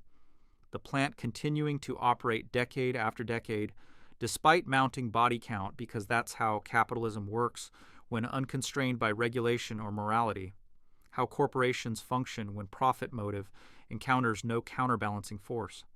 How Springfield's future was sold for its present, ensuring that the children growing up downwind will inherit poisoned land, contaminated water, elevated cancer risk, all to maintain employment for parents who won't live long enough to see their grandchildren suffer the consequences of choices that weren't really choices at all. Mr. Burns himself evolves through these decades from ruthless businessman into something resembling cartoon villain, his humanity eroding as his wealth increases until virtually nothing recognizably human remains beneath the wealth and power, his age-defying medical explanation as he persists into extreme old age through combination of experimental treatments and possibly supernatural forces, his body becoming as unnatural as his business practices, translucent skin, and skeletal frame making him appear as death's embodiment. His physical deterioration mirroring his moral deterioration, or perhaps his outside finally matching his inside, the corruption made visible. Early life glimpses suggest he wasn't always completely monstrous, photographs from his youth showing something like warmth before that warmth died. His transformation from merely unethical businessman into actively evil overlord, occurring gradually enough that each step seemed justifiable, each compromise leading to the next until he'd traveled so far from his starting point that return became impossible. His business methods evolving from hard capitalism to sociopathy, as he learned that conscience costs money and that money spent on ethics reduces profit. His methodical elimination of every human impulse toward compassion or mercy, completing over decades until he embodied pure corporate will untempered by any consideration beyond maximizing wealth and power. His progressive inhumanity manifests in how he treats workers and community. His vocabulary for discussing employees consisting entirely of economic terms. His references to their value based purely on output per dollar of compensation. His assessment of their concerns irrelevant unless those concerns affect productivity. His entire relationship to other humans transactional in ways that treat their suffering as externality. He need not consider unless ignoring it costs him money. His decision-making process optimizing for profit without any ethical constraints. His mental universe containing no categories for right and wrong, only for legal and illegal, profitable and unprofitable. The amorality so complete that calling him evil misses the point, because evil requires recognizing moral categories he's eliminated from his thinking. How wealth warped him beyond recognition as human, turning him into pure expression of capital accumulation unmoored from any human purpose or limit. His fortune growing past any possible use, his wealth accumulation continuing not because he needs money, but because accumulation is the only remaining drive, his personality having been consumed by the drive to acquire, his senescence bringing not wisdom but further concentration of existing tendencies, old age making him not mellow but more extreme in his extraction and exploitation, time proving that he will never change because change would require admitting that his life's work harmed more than it helped, that his legacy is poison and suffering, that he wasted his existence pursuing wealth that brought him no joy and others only misery. Admissions impossible for someone whose entire identity rests on conviction that he's superior to the masses he exploits, that his success justifies his methods, that history will remember him as Titan rather than monster.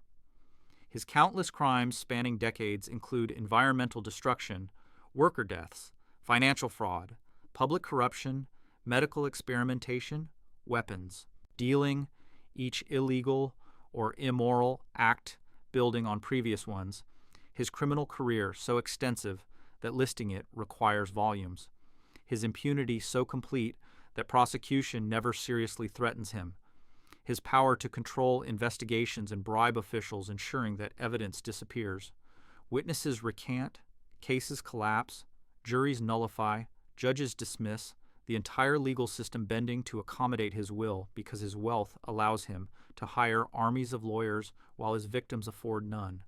His victory in every legal contest predetermined by resource imbalance that makes justice impossible. When one party commands unlimited funds and the other has nothing. The system designed theoretically to provide equal access, actually providing access proportional to wealth, making Burns untouchable as Pharaoh. Never facing consequences despite astronomical body count and incalculable environmental damage, his legal immunity achieved through comprehensive corruption of every system that might hold him accountable, his wealth purchasing political influence that prevents regulation, his campaign contributions ensuring that legislators who might restrict him never take office or quickly change their positions after election, his lobbying efforts shaping laws to permit what they should prohibit, his regulatory capture placing his former employees in oversight positions where they protect him from the agencies they supposedly serve, his media ownership controlling narratives that might turn public opinion against him, his complete domination of Springfield's power structures ensuring that he operates above the law, not by breaking it secretly, but by making the law accommodate his preferences. The corruption so systemic and thorough that calling it corruption misses how completely he's reshaped the system to serve him. Burns represents Springfield's real ruler more than any elected official, the mayor serving at his pleasure, the council implementing his agenda, the police protecting his interests, the government functioning as subsidiary of his business empire rather than as independent authority that might check his power. His donations to campaigns and threats to relocate employment, ensuring that every politician understands their position depends on his approval, that crossing him ends careers while serving him advances them.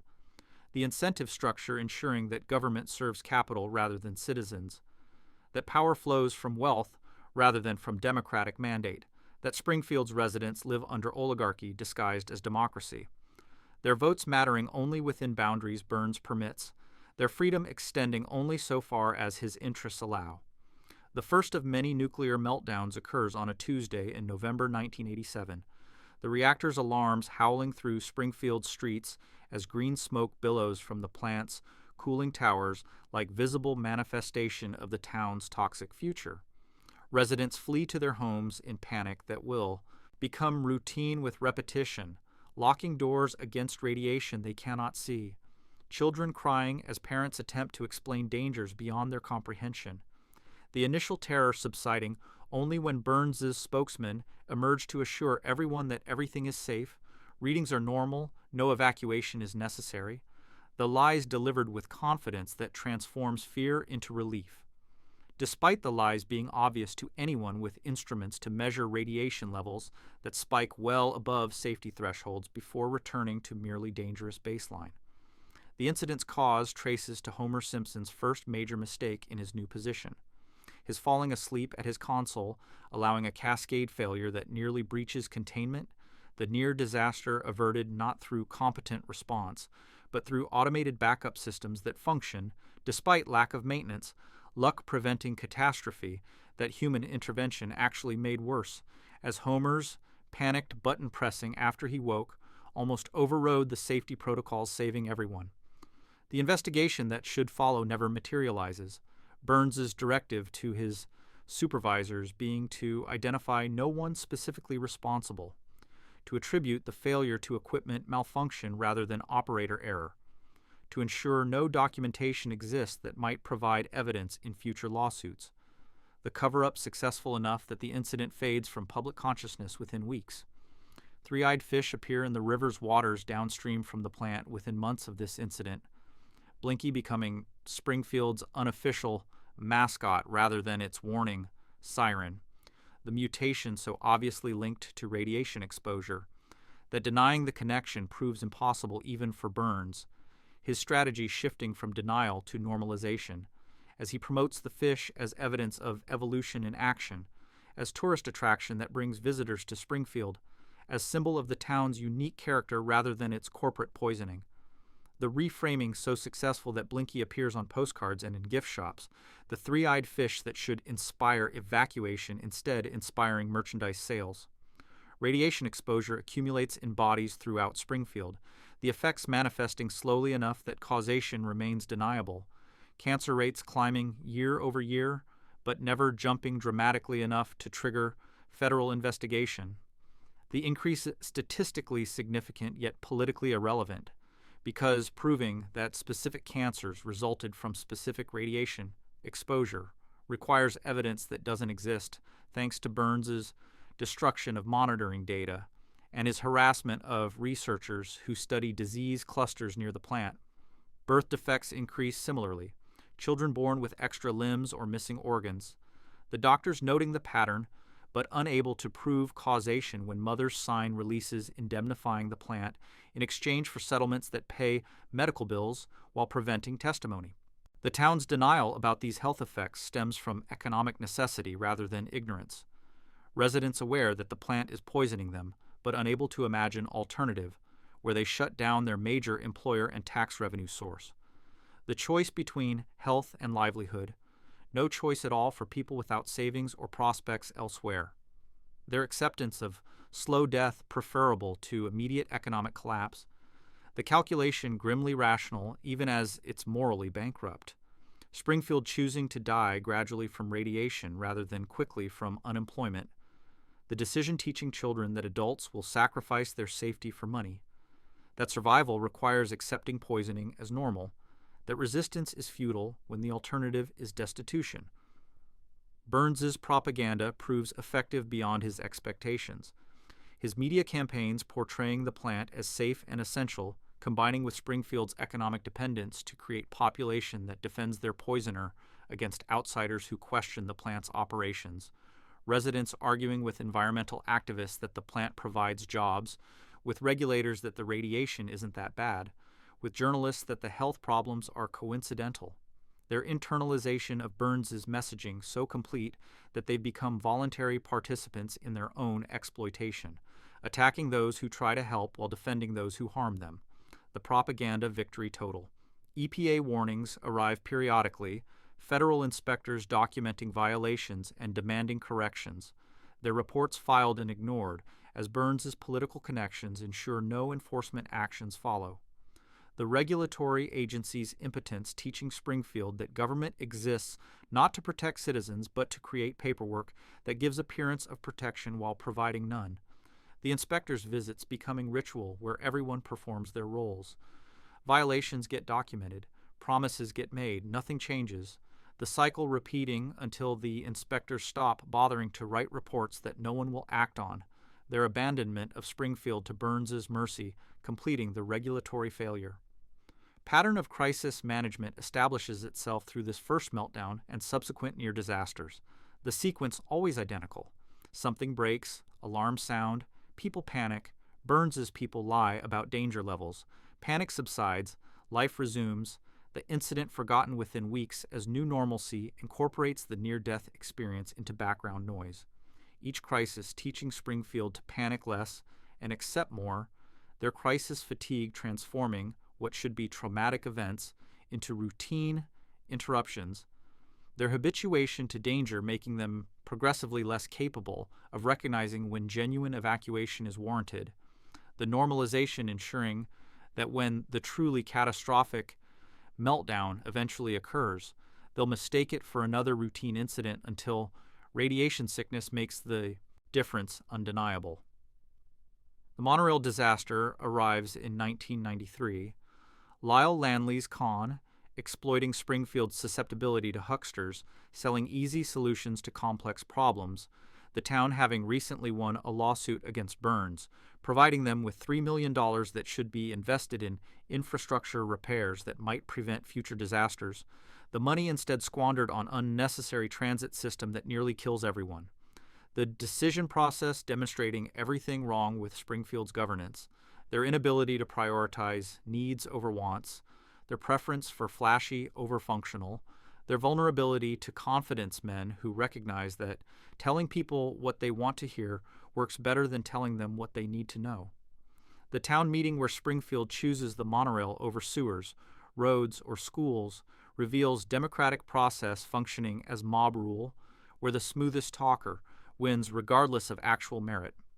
Lanley's song and showmanship overwhelming Marge's reasoned objections, the citizens voting enthusiastically for project they don't need, with money they should spend elsewhere, because Lanley makes the monorail sound fun while infrastructure repair sounds boring. Their decision motivated by desire for excitement rather than by assessment of community needs.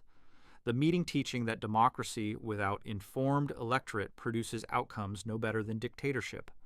Possibly worse because at least dictators occasionally make pragmatic choices rather than emotionally satisfying ones. Construction phase brings chaos predictably. Corners cut to maximize Lanley's profit, materials substituted to reduce costs, safety features eliminated as unnecessary expenses. The monorail built to fail from its conception, because Lanley's business model involves building systems that work briefly then collapse after he's departed with the money, his departure occurring as scheduled before the grand opening, his escape to next town enabled by lack of regulatory oversight and Springfield's failure to conduct background checks that would have revealed his history of leaving broken monorails across America, his con depending on each town's belief that they're special, that the failures elsewhere won't happen here, that this time will be different despite no evidence supporting such optimism. Homer's selection as conductor, despite complete lack of qualifications, represents Springfield's hiring practices perfectly. His appointment based not on competence but on availability, not on training but on willingness to accept low wages, not on background that would prepare him for the position, but on background that makes him too stupid to recognize the danger he's accepting. His employment as conductor making the crash inevitable because operating the barely functional monorail requires expertise. Homer cannot acquire in the 2-week training program that consists mainly of watching a video while the instructor sleeps, his incompetence combining with the monorail's fundamental design flaws to create disaster that kills no one only through luck. The inevitable crash occurs during the maiden voyage when speed increases beyond Homer's ability to control. The brakes failing because Lanley used substandard parts. The emergency systems not functioning because Lanley never installed them. The monorail approaching speeds that will send it off the elevated track to crash into the business district. The passengers' terror justified as they recognize they're going to die due to decisions made by people they'll never meet. Homer's desperate actions at the controls ineffective because nothing he does affects a system designed to fail, the resolution coming not from competent intervention but from random chance, as someone discovers that an emergency brake exists and that it functions despite Lanley's cost-cutting. The near-death experience leaves Springfield traumatized for approximately 1 news cycle. Their anger at Lanley intense but brief. Their discussion of pursuing him, never progressing to action because the effort seems too great and the chance of recovery too small. Their decision to simply accept the loss, teaching them that being conned is normal, that they should expect to be victimized, that fighting back accomplishes nothing. The resignation setting in so completely that when future con artists arrive, Springfield will be even easier to manipulate because they've learned that investigation and caution just delay the inevitable disappointment. Lanley, escaping consequences, demonstrates that crime pays if you're sufficiently mobile and shameless. His ability to move between towns exploiting the lack of national database tracking. Con, artists, and the reluctance of victimized communities to publicize their gullibility. His continued success depending on America producing infinite supply of Springfields populated by people desperate enough to believe obvious lies. His career proving that intelligence matters less than confidence and that sophisticated scams work less well than simple ones that appeal to greed and vanity. His legacy being broken. Monorails rusting in a dozen towns where residents learn nothing except that next time they'll be smarter, a lesson they never actually learn. The environmental catastrophes mount steadily through the 1990s and into the 2000s. Springfield's tire fire beginning in 1989 and burning continuously for decades, despite laws requiring such fires be extinguished, the smoke and toxins released daily, killing residents slowly enough that causation remains deniable, even as respiratory illness rates soar. The fire's persistence resulting from combination of regulatory failure and economic calculation that paying to extinguish it costs more than paying fines for letting it burn. The decision to let it continue, teaching Springfield that environmental laws are suggestions rather than requirements, that violations bring penalties so small they're cheaper than compliance, that the government will allow anything if you're willing to pay the relatively modest fees. Health effects accumulate across the population. Children developing asthma at rates 10 times the national average. Adults dying of lung cancer without ever smoking. The connection to the tire fire obvious to anyone examining the data, but the data never being compiled because no one with authority wants to know what the numbers would show. The willful ignorance protecting decision makers from accountability while destroying the health of people whose suffering they refuse to acknowledge. The victims lacking resources to commission their own studies or to force government action. Their complaints dismissed as anecdotal while systematic evidence remains ungathered by design. Lake Springfield's pollution reaches critical levels by 2007. Decades of industrial dumping, transforming what was once pristine water into toxic sludge that kills anything living in it. The lake's death occurring gradually enough that no single actor can be blamed. The collective responsibility diffusing guilt until no one feels responsible. Even though everyone contributed, businesses dumping chemical waste, households dumping garbage, the plant releasing cooling water contaminated with radiation and industrial chemicals. The combined assault overwhelming the lake's capacity to process pollution until it crosses threshold from damage to dead. The transformation teaching Springfield that commons get destroyed when everyone exploits them and no one protects them. The dome incident in 2007 represents federal government's only serious intervention in Springfield's environmental catastrophes. The EPA finally acting after decades of inaction, their response triggered not by concern for Springfield residents, but by fear that the town's pollution will spread beyond its boundaries to affect communities with political representation and economic clout. The containment strategy involving placing transparent dome over entire town, trapping residents inside with their pollution. The decision to quarantine, rather than remediate, revealing that government views Springfield as sacrifice zone, whose contamination can be tolerated if properly contained, their humanity worthless enough that imprisoning entire population seems a reasonable response to pollution crisis. The government's debate about destroying Springfield entirely rather than attempting to save it demonstrates how thoroughly the town has been abandoned by institutions supposedly serving it. The officials' discussion treating the decision as purely practical calculation of costs and benefits with no consideration that they're discussing murdering an entire community.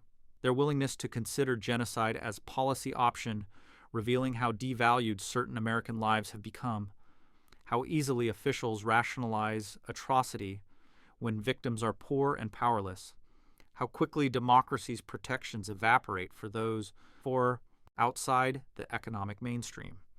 Homer's pig waste precipitating the crisis through his dumping of silo full of pig feces into the lake transforms environmental crisis into personal responsibility narrative, the framing allowing everyone to blame Homer rather than examining systemic failures that made the lake vulnerable, his individual actions serving as scapegoat that protects collective guilt, the mob's rage at him distracting from Burns's decades of industrial dumping and the government's decades of regulatory failure.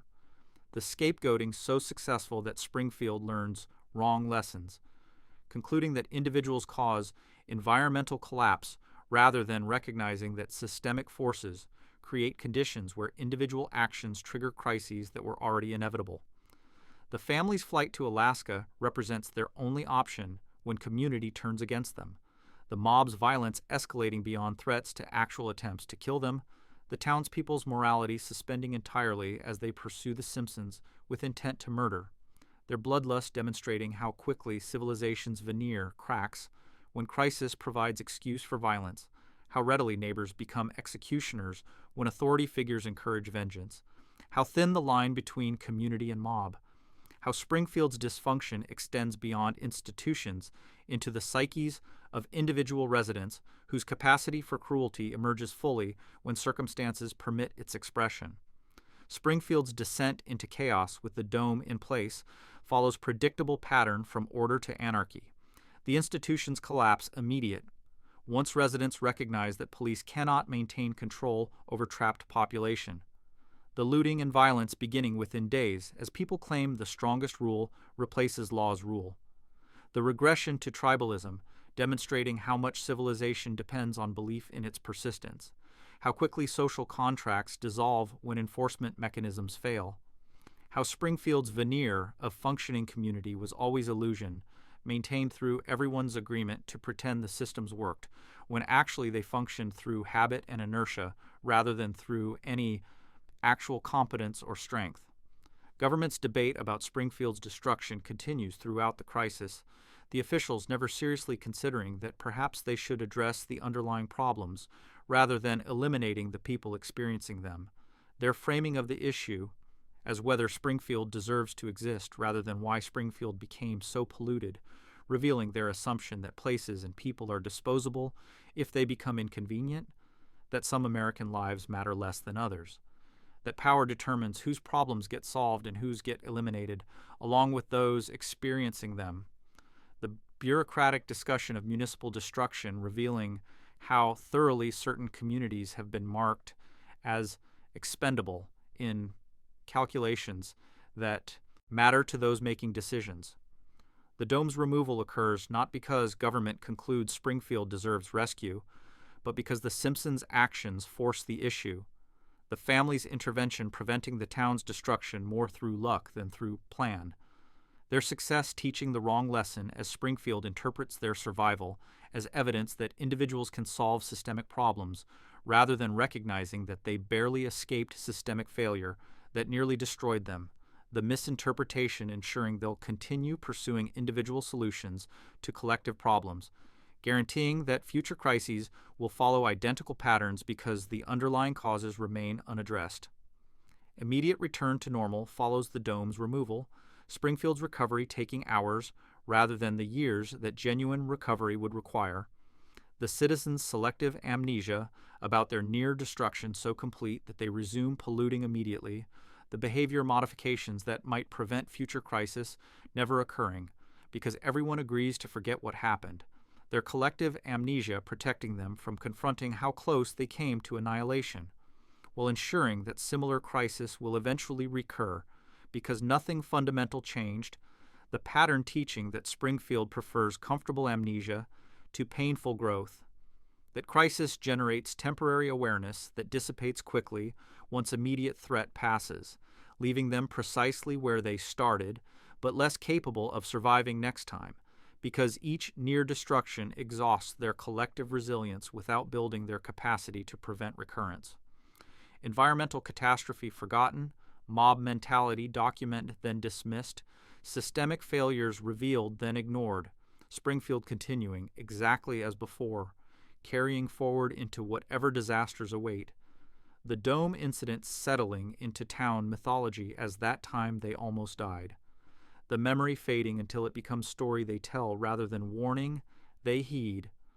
The cycle of catastrophe and amnesia, proving itself in its starkest form as experience capable of teaching nothing to students determined to learn nothing. The dome, representing both Springfield's nadir and its template for every subsequent crisis that will follow identical pattern of panic, survival, and forgetting. The town locked into groove where change is impossible because change requires remembering what needs changing, and remembering hurts more than repeating, making amnesia preferable to awareness, ensuring Springfield remains Springfield across decades, not despite its disasters but through them, the catastrophes defining the town as much as its name, carrying it forward through cycles that feel like time passing but are really time circling. The same moment repeated with variations too minor to matter, the pattern stretching ahead like horizon that recedes as you approach, always promising resolution that never arrives, always suggesting progress that never manifests, the disasters teaching that nothing is learned, nothing changes, nothing matters except the immediate survival that allows the pattern to repeat. Principal Skinner's rigid adherence to rules, once a survival mechanism from his military service in the jungles where flexibility meant death, calcifies over years at Springfield Elementary into something darker, his personality compressing under the weight of Superintendent Chalmers' contempt and his mother's domination until almost nothing remains of the man beneath the uniform. His transformation occurs so gradually that pinpointing when he crossed from merely rigid to genuinely broken proves impossible, the decades at the elementary school eroding whatever remained of his identity after Vietnam consumed his youth, his descent a quiet drowning in routine that takes years to complete but leaves no aspect of his soul untouched. Progressive defeat marks each year's passage, the small humiliations accumulating like sediment in a riverbed until they've built layer upon layer of resignation where hope once existed. His mother's increasing control manifests in her moving into his home permanently in the late 1980s, her presence eliminating whatever privacy he'd maintained, her demands consuming his evenings and weekends that might have allowed recovery from his workdays, her criticism of everything from his posture to his life choices wearing away his capacity to imagine himself as separate from her judgments. the codependency deepening until he cannot distinguish his desires from her demands, his identity from her expectations. Chalmers's abuse accumulates similarly, each superintendent visit bringing fresh humiliation as Skinner's carefully prepared presentations get dismissed, his explanations interrupted, his authority undermined in front of staff and students, the pattern teaching him that competent performance brings no recognition, while failures bring public shaming, the incentive structure ensuring he focuses entirely on avoiding Chalmers's anger rather than on actually running the school effectively. His dreams abandon him one by one, the fantasy of returning to military service fading as he ages past recruitment limits, the hope of finding romantic partnership dissolving as years pass without relationship, the ambition to genuinely improve education yielding to awareness that improvement is impossible within system designed to prevent it. The Edna Krabappel relationship cycles through the same pattern repeatedly across years, brief periods of connection followed by breakup, triggered by his inability to prioritize her over his mother. Their reconciliations growing less hopeful each time as both recognize that his dependency on Agnes makes adult relationship impossible, his choosing his mother over romantic partner demonstrating not filial devotion but psychological imprisonment. He lacks strength to escape, the cycle's repetition teaching both parties that he will never change, that his capacity for intimacy died in Vietnam or in his mother's house, that whatever version of Seymour Skinner might have loved freely and chosen partnership was murdered long ago. The Armin Tamzarian revelation in 1997, when his identity as stolen valor case gets exposed, when Springfield learns their principal is actually someone else pretending to be the real Seymour Skinner who died in Vietnam, should have liberated him from role he never chose, the truth offering potential escape from identity that imprisoned him. Instead, the town forces him back into the Skinner role because they prefer comfortable fiction to uncomfortable truth. Their insistence that he remain their principal regardless of his actual name, teaching him that even his identity belongs to Springfield rather than to himself, that he exists to serve their needs rather than to pursue his own reality, the episode ending with him accepting the imposed identity, the last spark of rebellion extinguishing as he surrenders to being who they want rather than who he is. Depression deepens with each passing year, his acceptance of limitations complete by the time Bart Simpson enters his school, his transformation from someone who believed he could make a difference into someone who simply processes students through system that damages them, reflecting Springfield's transformation of everyone it touches, the corrosion comprehensive. What he could have been remains unknowable, that alternate Skinner who returned from war to supportive family and meaningful work, existing only in imagination, the actual Skinner having lost whatever potential he possessed to trauma and duty, and a mother who needed him destroyed to maintain her control. Across town, Barney Gumbel's descent from Harvard-bound intellectual to town, drunk follows trajectory, visible in retrospect, but imperceptible while occurring. His intelligence in high school marking him as one of few Springfield residents likely to escape the town's gravitational pull toward failure. His acceptance to Harvard represented culmination of teachers' hopes and parents' dreams, the scholarship offering path out of Springfield toward the life his abilities merited. His future in 1980 appearing limitless in ways that made him exceptional among his peers, whose horizons extended no further than the county line. Homer's offering of that first beer on graduation night becomes the pivot point where Barney's timeline splits, the moment when one choice redirected his entire existence, the alcohol's effect on his chemistry proving catastrophic in ways neither of them could have predicted. His first drink triggering response that made subsequent drinks inevitable, his genetic predisposition to alcoholism meeting opportunity at precisely wrong moment. His planned Harvard attendance never occurring because summer drinking that was supposed to be celebration transformed into addiction that consumed his future before he'd experienced present. The descent into alcoholism proceeds swiftly once begun, Barney's fall from potential to waste occurring over months rather than years, His Harvard scholarship rescinded when he fails to appear for orientation. His family's disappointment calcifying into contempt as they recognize he's chosen drinking over education. His friend group narrowing to other drunks as sober friends distance themselves from his increasingly erratic behavior. His employment prospects diminishing as his reputation for unreliability spreads, the social death preceding the slow physical death that alcoholism promises.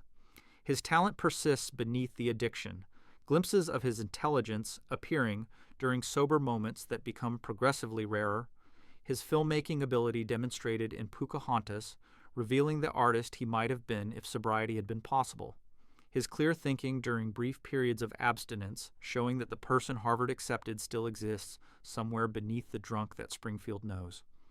His helicopter license acquisition during one extended sober period demonstrates his capabilities when alcohol doesn't impair him.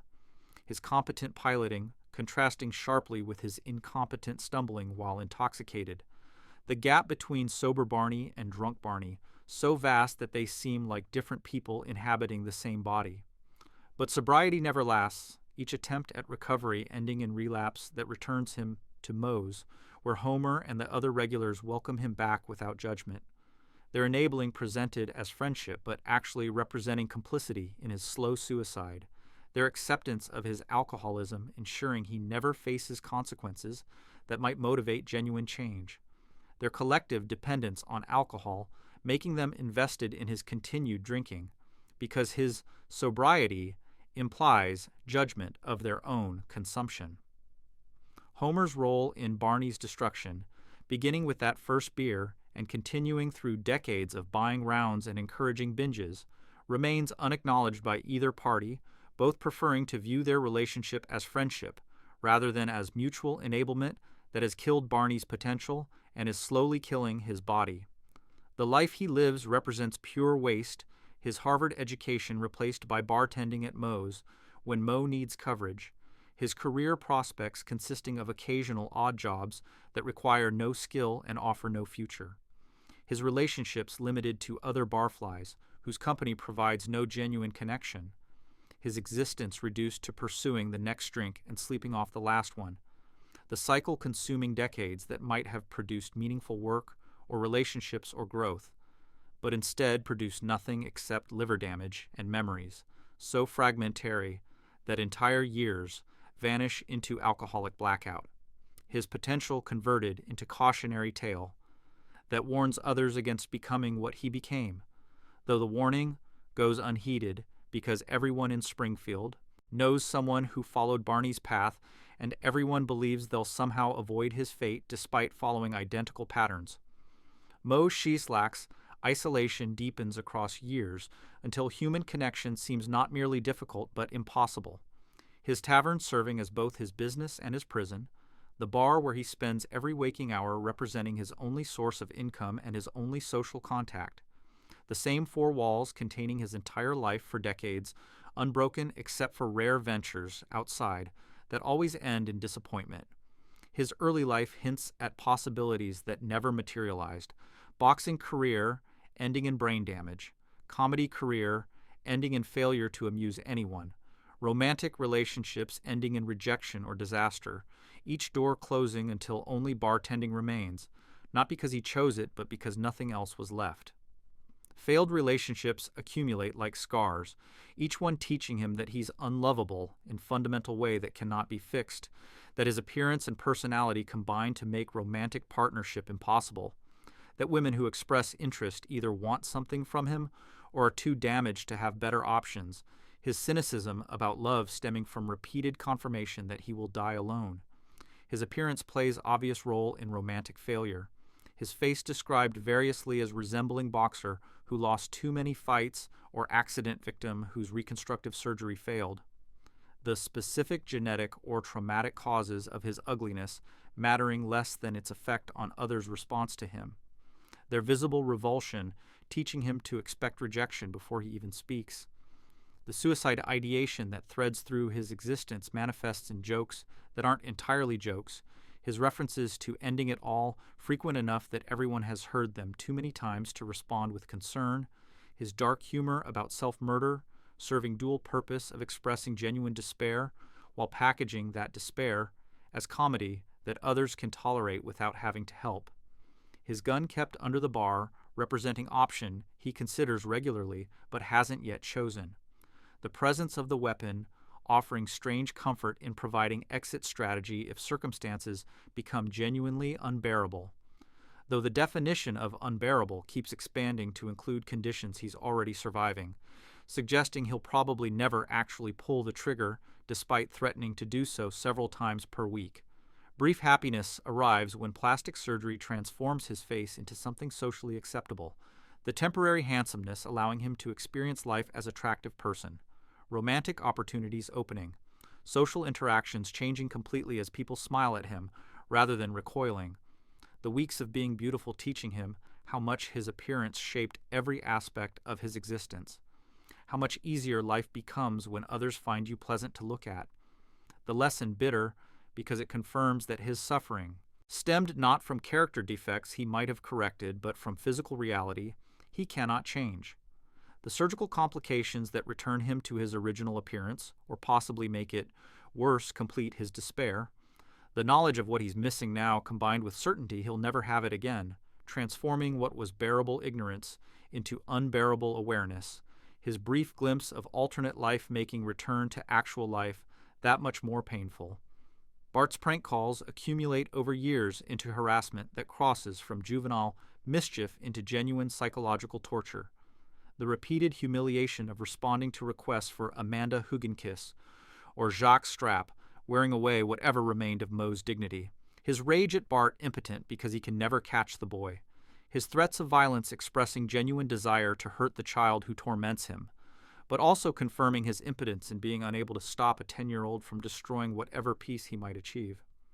His bar represents not business success but prison, the tavern functioning as holding cell where he serves life sentence, unable to leave because the bar is his only asset and closing it would eliminate his only income.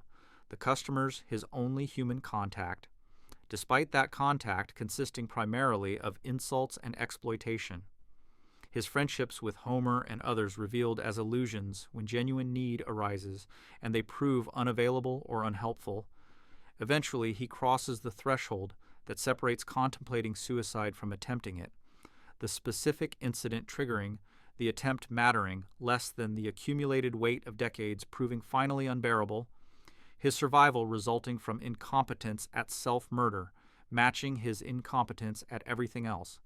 His continued existence after failed suicide attempt teaching him that even escape is impossible, that he's trapped in life as thoroughly as he's trapped in his bar, the failure to die becoming one more humiliation in existence defined by humiliation. His survival ensuring the suffering continues. Krusty, the clown's evolution from idealistic entertainer to soulless corporate shill, occurs across decades of compromise so gradual that each individual decision seems justified, while the cumulative effect transforms someone who genuinely wanted to make children laugh into someone who views children primarily as consumers to be exploited. His early career idealism stems from genuine love of comedy, his rejection of his father's wishes that he become rabbi, representing not mere rebellion but commitment to bringing joy through entertainment. His early shows containing creativity and heart that later episodes will lack entirely. His transformation beginning subtly, as success brings opportunities to monetize his fame in ways that slowly corrupt his original purpose. The father's rejection wounds him permanently. Rabbi Krustovsky's refusal to acknowledge his son's career, choice-creating void that no amount of success can fill, Krusty's desperate attempts to earn his father's approval, continuing decades after establishing himself as successful entertainer. The late reconciliation between them, bringing temporary peace but coming too late to heal damage done by years of treating Krusty's accomplishments as shameful failure. The relationship teaching Krusty that even achieving everything he set out to achieve still counts as failing if the people whose approval matters most withhold their recognition. Progressive sellout occurs through small compromises that compound, each endorsement deal bringing money while requiring he attach his name to products of questionable quality, his initial resistance to exploiting children eroding as financial pressures mount, his gambling addiction requiring constant influx of cash that his show's salary cannot cover, his drug use demanding additional funds, the financial hole he digs requiring ever more compromising income sources, his endorsement of dangerous products killing or injuring children in ways he initially feels guilty about before developing numbness that allows him to continue the exploitation without remorse, eating away at whatever conscience he still possessed. His gambling addiction destroys whatever wealth his endorsement income provides, his compulsive betting ensuring that the more money he makes, the more he loses, his multiple bankruptcies resulting from inability to stop gambling even as it ruins him. His pattern of success followed by self-destruction repeating so often that it becomes his defining characteristic. His inability to maintain stability even when circumstances favor him, revealing that his real enemy is himself, that Springfield's corruption of him works because something in him wants to be corrupted, needs to fail, requires the degradation as punishment for abandoning his father's hopes, or as confirmation that his father was right to reject him. The failed comebacks multiply as he ages, each one representing attempt to recapture early career glory, each one revealing how completely he's lost whatever made him successful initially. His creativity replaced by formula, his spontaneity by calculation, his genuine humor by market-tested jokes, each comeback's failure teaching him that he cannot return to who he was, that the person who created genuinely funny television died somewhere in the decades of compromise, that the Krusty everyone recognizes as hack is the real Krusty, while the talented young comedian exists only in memory and old videotapes. Unable to retire despite wanting to stop, his continued performing stemming from financial necessity, as gambling losses consume retirement savings, from contractual obligations he cannot escape without bankruptcy, from identity so completely merged with his character that he doesn't know who he'd be if he stopped being Krusty, the trapped feeling making him hate the work that once brought him joy, his visible misery during performances, teaching children that the entertainment industry destroys entertainers, that making people laugh requires killing something in yourself, that the cost of success is losing whatever made success meaningful. Chief Wiggum's progression from merely incompetent officer to actively dangerous chief occurs through combination of Peter Principle and Springfield's acceptance of spectacular failure in positions of authority. His promotion to chief, despite clear unsuitability for command, reflecting the town's pattern of rewarding loyalty over competence, longevity over ability. His weight gain over decades parallels his competence decline, the physical deterioration mirroring professional deterioration, his body's expansion reflecting his complete abandonment of even pretending to maintain fitness standards that police work theoretically requires, his inability to chase suspects on foot making him useless for basic police functions, but apparently not disqualifying him from leadership. Ralph's neglect demonstrates how Wiggum's incompetence extends beyond professional into personal. His son's obvious developmental delays going unaddressed because acknowledging them would require effort and expense, Wiggum won't commit. His denial about Ralph's condition serving his convenience rather than his son's needs. His failure to seek help for Ralph, teaching the boy that his struggles don't matter, that his difference is shameful rather than something requiring support. The father's laziness damaging the son in ways that will affect Ralph throughout his life. Taking bribes normalizes as his career progresses, his acceptance of payments from Burns and Fat Tony evolving from occasional exception into regular practice. His transformation into openly corrupt cop occurring so gradually that he never identifies moment when he crossed line from enforcing law to serving those who break it. His conscience eroding through repeated small compromises until he genuinely doesn't recognize his corruption as corruption, viewing it instead as perks that come with position, as tax on criminal activity that offsets his inadequate salary, as normal operations and system where everyone takes what they can get. Each year brings worsening of every aspect, his incompetence deepening, his corruption spreading, his neglect of duty becoming more complete, his protection by union and by political connections ensuring accountability never arrives despite his failures, mounting until they constitute record that would justify not merely firing, but criminal prosecution. His immunity from consequences, teaching him that consequences don't exist for those sufficiently embedded in broken systems. Dr. Hibbert's transformation from competent physician into malpractice, nightmare, proceeds through combination of burnout and moral corruption.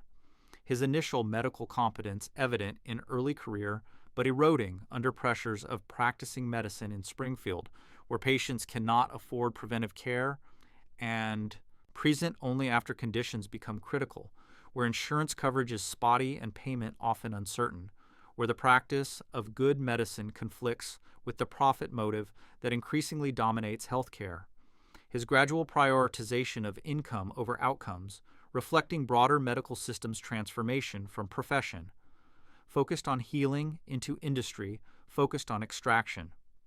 The laughing that punctuates his every sentence develops as defense mechanism. His inappropriate mirth at patient suffering representing psychological protection from emotional weight of daily confronting human misery, he lacks resources to adequately address. The laughter creating distance between himself and his patient's pain while also revealing his loss of empathy. His transformation from doctor who cares to doctor who processes patients through system designed to generate billable procedures, regardless of whether those procedures help or harm. Malpractice incidents accumulate without consequence, his errors ranging from misdiagnoses to surgical mistakes to prescription errors, each one harming or killing patients while leaving his medical license unthreatened, the medical board's captured status ensuring that complaints go uninvestigated and violations go unsanctioned. His immunity from accountability reflecting broader pattern where medical profession protects its own rather than protecting patients, where doctors' interests supersede patient safety, where the gap between medicine's stated values and its actual practices yawns wider each year. Wealth increases even as care quality decreases, his income growing through increased billing and pharmaceutical kickbacks, while his actual medical skill atrophies, his success measured in revenue generation rather than patient outcomes, his practice becoming financial operation that performs medicine as side business rather than medical practice that handles finances as necessity, the inversion complete as money becomes the point rather than the means. Reverend Lovejoy's journey from faithful seminary graduate to mechanical sermon deliverer represents the death of genuine religious belief under weight of pastoral ministry in community that wants religion's comfort without its demands. His first parish assignment fills him with hope that he can guide congregation toward deeper faith and meaningful service, his early sermons showing theological sophistication and genuine passion, his belief that ministry matters evident in how he approaches every aspect of church leadership. Ned Flanders breaks him slowly through incessant questions and requests for guidance, the phone calls arriving at all hours seeking Lovejoy's input on theological minutiae and moral quandaries so trivial that they reduce faith to absurdity. Ned's religious scrupulosity exceeding any healthy person's capacity to engage. His treating Reverend Lovejoy as 24-hour religious helpline creating unsustainable burden, the constant demands teaching. Lovejoy, that genuine engagement with parishioners' spiritual needs leads only to their increased demands, that helping them creates dependency rather than growth, that the more he gives, the more they take until nothing remains. His faith erodes under this assault. His initial responses to Ned's questions demonstrating theological depth, gradually giving way to dismissive answers, and eventually to open contempt.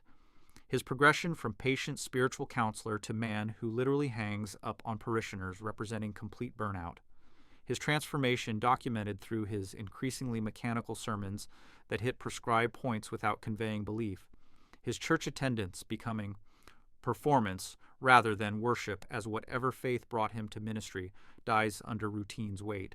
The train set becomes his only joy, the model railroad in his basement representing escape from demands of ministry, into hobby that makes no demands, except those he chooses to accept. His elaborate layout's complexity, demonstrating capacities for attention and care. He no longer applies to pastoral work. His preference for spending time with miniature trains over actual people, revealing how completely he's withdrawn from human connection. The hobby serving as refuge, but also as symptom of retreat from calling he can no longer bear. In a vision of Springfield 30 years forward, Bart Simpson tends bar at Moe's Tavern.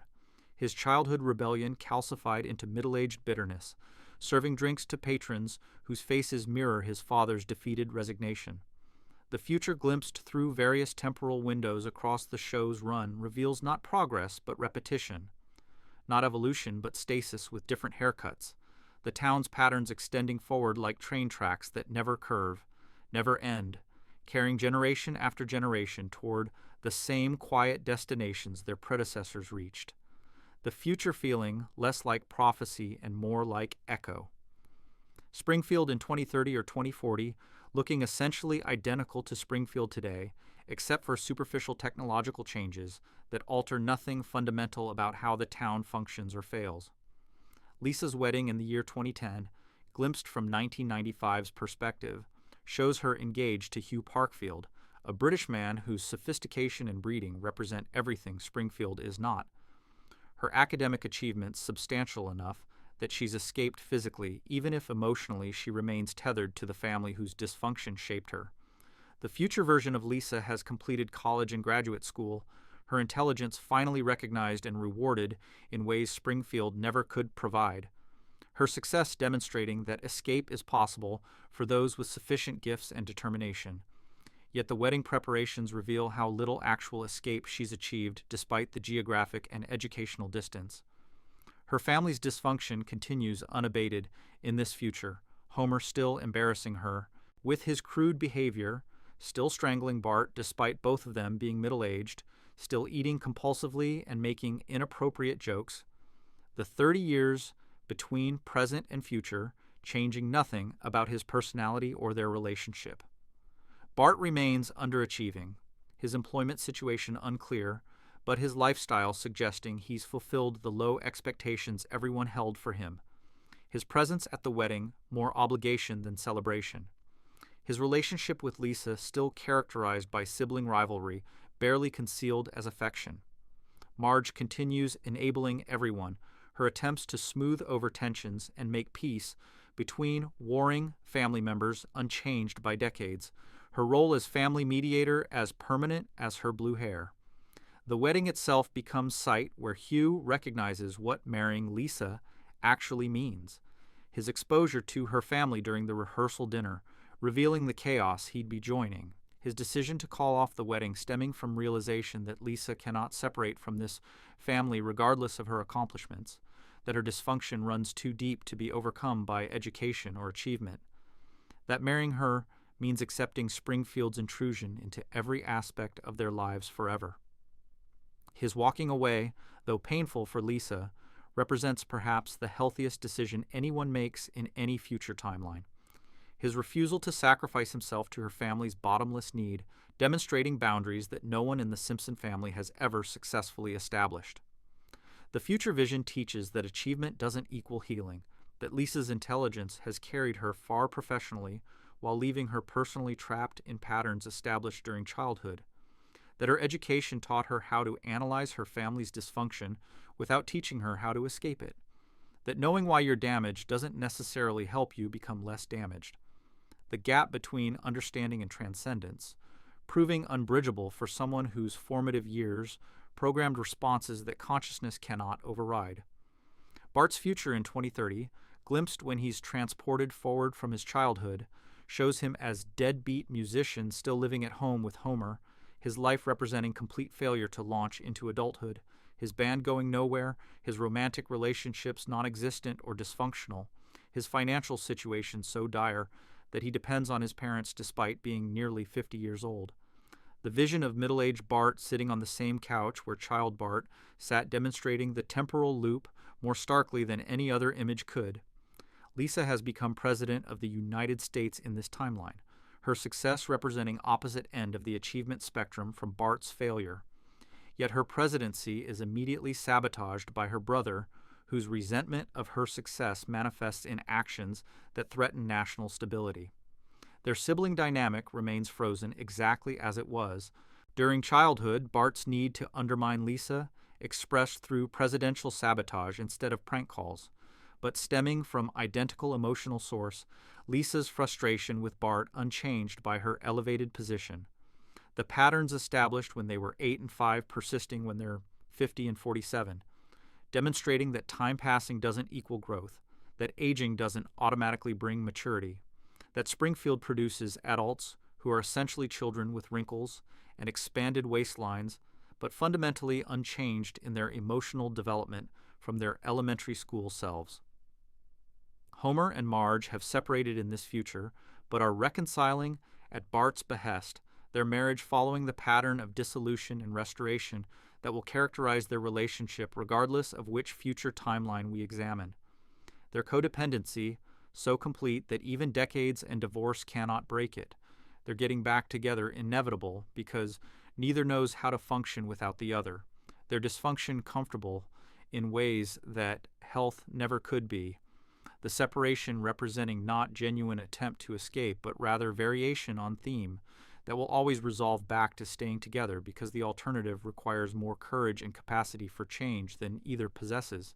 Springfield itself shows technological advancement in this future, flying cars and advanced computers visible in backgrounds, yet the town's fundamental character remains identical.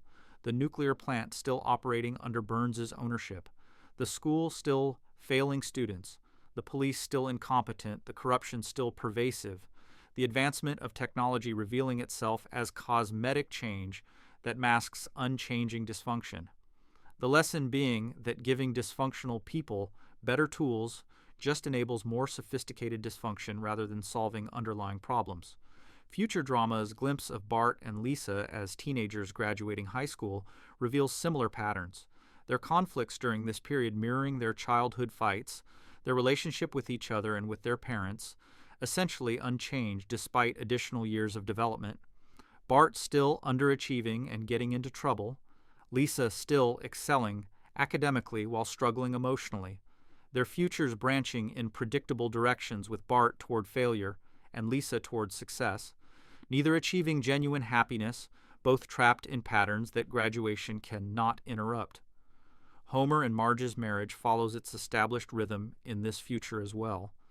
Their separation and reconciliation at graduation, demonstrating that their relationship exists in permanent state of near collapse held together by inertia and codependency, their love real but insufficient to create stable partnership, their dysfunction eternal because it's baked in to who they are rather than being circumstantial problem that might be solved through different choices or better communication. They're staying together representing not victory but acceptance that this flawed connection is all either can achieve. Days of Future shows multiple timelines where Bart and Lisa are middle-aged with their own failed relationships, Bart's divorces accumulating, Lisa's loneliness persisting despite or because of her achievements, both siblings demonstrating that their childhood damage has prevented them from forming functional adult relationships, that the skills they never learned in youth cannot be acquired in adulthood, that their parents' failure to model healthy partnership doomed them to repeat similar failures in their own attempts at intimacy. Homer dies and is resurrected repeatedly in this future through cloning and consciousness transfer, the science fiction technology making death temporary. Yet his multiple lives teach him nothing, each iteration of Homer making identical mistakes to the previous version, his learning disability extending beyond academic subjects to include lessons from his own life. The various Treehouse of Horror time travel episodes demonstrate the show's relationship to temporal determinism, Homer's interventions in the past creating alternate timelines where details change but essentials remain constant, his attempt to prevent problems through time travel backfiring in ways that create different problems of equal magnitude, the multiverse of Springfield timelines all converging on similar outcomes regardless of specific events that transpired differently, suggesting that Springfield's dysfunction exists across all possible universes, that no amount of timeline alteration can create a version of Springfield that functions well because the dysfunction operates at level deeper than events, embedded in the fundamental nature of the place and its people. The synthesis of adult futures across various episodes reveals consistent patterns for each Simpson child, regardless of specific timeline details. Bart in every future is either criminal or burnout or both, his adult employment sporadic and unsatisfying, His relationships shallow and temporary, his life characterized by ongoing failure to achieve anything resembling success or happiness or even stability. Every version of adult Bart demonstrating that his childhood trajectory was already locked by age 10, that the intervention that might have saved him never occurred and now never will, that he's destined to become his father or worse, the curse of the Simpson men visiting itself upon another generation as predicted and inevitable as seasons changing. Lisa's futures show success purchased at the cost of isolation. Her achievements in politics or academia impressive, but coming alongside loneliness that her intelligence cannot solve. Her relationships with men consistently failing, because her damage makes intimacy impossible. Her family continuing to drain her emotional resources long after she's achieved independence from them financially. And geographically, her realization that escaping Springfield physically doesn't equal escaping it psychologically, arriving too late to help her. Her intelligence serving mainly to make her aware of exactly how and why she's unhappy without providing tools to become less unhappy, her curse being consciousness without capacity to use that consciousness for healing. Maggie's futures appear rarely, her adult self usually silent, still, or mysterious. Her success when depicted often surprising but never explained. Her capacity to transcend family dysfunction seemingly greater than her siblings, though whether this stems from being youngest or from something particular to her character remains ambiguous. Her silence in childhood perhaps having protected her from the worst of the family's damage in ways that Bart and Lisa's vocal presence never could. Though even this interpretation may be generous given how little the show reveals about adult Maggie's internal state, her mystery possibly masking similar damage that simply manifests differently than her siblings' more obvious dysfunction. Homer and Marge's future together across timelines reveals that separation is temporary and reconciliation is inevitable. Their attempts to build independent lives after divorce collapsing under the weight of their inability to function separately. Their partnership, the only relationship either can maintain because it's the only relationship that doesn't require them to be healthier than they are. Their codependency mistaken for love because neither has experienced anything different. They're growing old together, representing not romantic success but mutual enabling that persists until death. Their relationship teaching their children that marriage means endurance rather than flourishing. That love means accepting dysfunction rather than working toward health. That staying together regardless of cost represents virtue rather than recognizing when it represents cowardice or inertia. Springfield's physical future shows more decay in some timelines, rebuilding in others, but always similar fundamental character, the nuclear plant continuing to operate despite being obsolete and dangerous, Burns still running it or his corporate successors maintaining his practices, the school still failing children who remain as poorly educated as their parents and grandparents, the police still incompetent, the government still corrupt, the technology around them advancing while their institutions and relationships remain frozen in patterns established generations earlier. The population replaces itself across generations, with new characters filling roles that old characters vacated through death or departure, the specific individuals mattering less than the roles they occupy. Springfield functioning as system that converts fresh arrivals into familiar types. The town's gravitational pull toward dysfunction so strong that even people who arrive with hope and competence get worn down until they resemble the people they replaced, the city itself operating as character that persists across time, while the humans moving through it are temporary, replaceable, their individuality mattering less than their function within Springfield's eternal dysfunction. These glimpses forward scattered across the show's timeline confirm what Springfield's past suggested, that the town exists in temporal loop where change is cosmetic and cycles are eternal, where each generation's struggles mirror the previous generation's struggles in variations so slight they barely register as different from what came before, where futures unfold like echoes of pasts, the timeline not a line at all but a circle that curves back to its beginning, without the characters noticing they've walked this path before, carrying the Simpsons and all Springfield's residents through endless variations on unchanging themes, the visions settling into the present like prophecies already fulfilled the moment they're spoken, the future confirming what anyone paying attention already knew.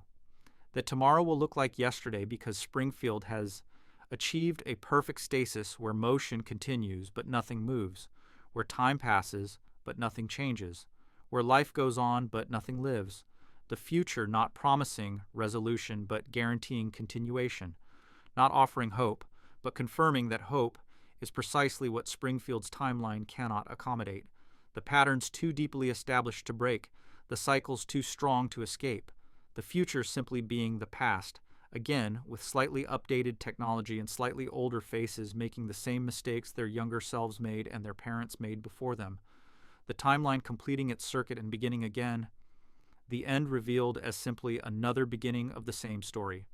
The prophecies less about what will happen and more about what cannot stop happening.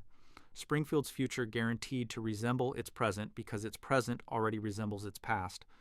The loop closed, the pattern complete, the future arriving on schedule to demonstrate that schedules don't change destinations when the tracks only circle.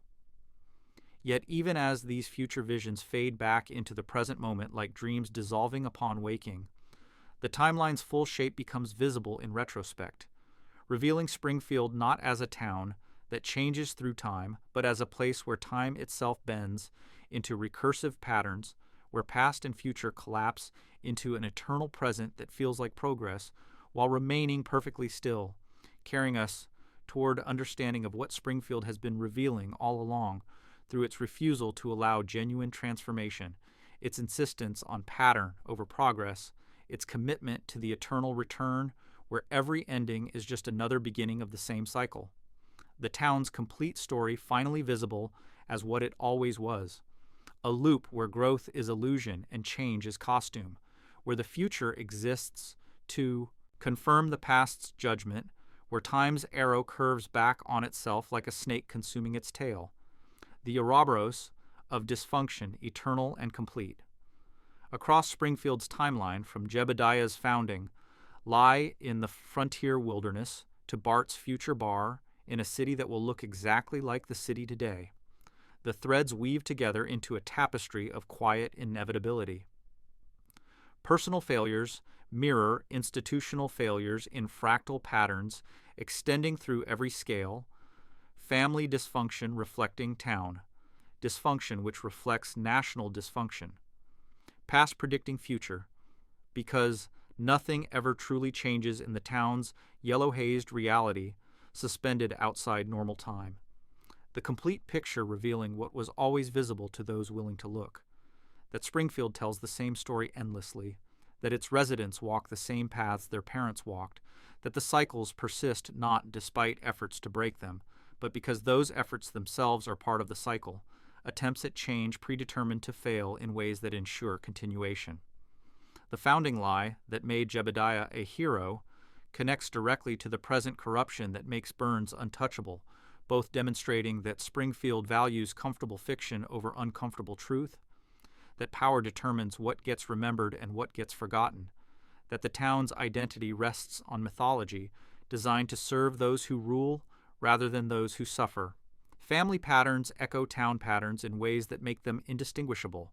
Homer's strangling of Bart replicating the violence Springfield's institutions inflict on all its children. Marge's enabling mirroring the town's refusal to acknowledge its dysfunction.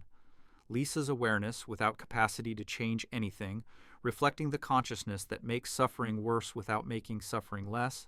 Maggie's silence, representing the strategy of those who've learned that speaking up only makes you a target. The institutions ensure perpetuation by design. Springfield Elementary producing graduates unprepared for anything except accepting their designated place in Springfield's hierarchy. The nuclear plant creating dependence that makes resistance economically impossible. The church numbing rather than uplifting. The police maintaining disorder while pretending to prevent it. Each system interlocking with others to create comprehensive failure, where every avenue of help becomes another source of harm, where trying to escape through one exit just deposits you at another entrance, the maze revealing itself as having no exit at all, just corridors that circle back to where you started. The circle completes as we recognize that Jebediah's Springfield and future Bart's Springfield are essentially the same place, that 2 centuries of history have changed almost nothing fundamental, that the patterns established in the town's founding extend forward through every generation like genetic markers that cannot be bred out, that Springfield's story is the story of stasis disguised as change, of motion that goes nowhere, of time that passes without carrying anything forward except the same dysfunction in slightly updated forms, the realization settling softly rather than landing hard, because this is what we knew all along, what the entire timeline has been demonstrating, what Springfield has never tried to hide from anyone paying attention. There's comfort in this stasis, strange as that comfort might seem. The reliability in Springfield's repetition offers something that progress could never provide. These characters we've spent hours with never really change, their essential selves persisting across decades and disasters, their failures predictable in ways that make them safe, their dysfunction familiar enough to feel like home rather than horror, the recognition that Bart will always be Bart, and Homer will always be. Homer creating certainty in a world where certainty is rare. Their constancy, a gift even when that constancy manifests as consistently making the same mistakes. The loop providing security that linear time, with its unknowable futures, cannot match. Audiences love this precisely because it mirrors something true about human existence, that we tell ourselves stories about growth and change while often remaining essentially who we've always been, that our own lives loop more than we admit, that Springfield's honesty about its stasis feels more authentic than narratives pretending people fundamentally transform, that seeing dysfunction portrayed without judgment or false hope for resolution brings relief from the pressure to fix ourselves or believe we can be fixed, that sometimes acknowledging the loop is the only freedom available within it, the acceptance itself a kind of peace, the observation without condemnation offering rest. The timeline rests now, the cycles persist in their gentle rotation, Springfield remaining Springfield across decades and continuing into decades ahead, its yellow sky holding constant while generations pass beneath it, each one learning the same lessons their grandparents learned about how systems fail and people endure, and life continues despite everything. The town's story not ending, but simply pausing. Here, in this moment, with you, the patterns so deeply established that they feel not like dysfunction, but like nature, not like failure, but like family. The Simpsons and Springfield offering comfort in knowing that some things never change, that tomorrow's disasters will feel like yesterday's disasters, that this continuity, this permanence of imperfection, this reliability of recurring failure provides gentle reassurance that at least we know what to expect, that Springfield will be there tomorrow looking exactly as it looks today, that the Simpsons will still be the Simpsons, that nothing was solved tonight because nothing needed solving, that the timeline simply is, was, and will be, eternal in its circular perfection, carrying you now towards sleep as Springfield carries on without you. The town's yellow glow fading softly as your eyes close, the cycles continuing in comfortable darkness, the story never ending, because ending would require change, and change would break the spell. So instead, the timeline rests in its gentle groove, waiting for you to return, knowing you will return, because Springfield always waits, patient in its permanence, soft in its persistence, carrying us all toward rest.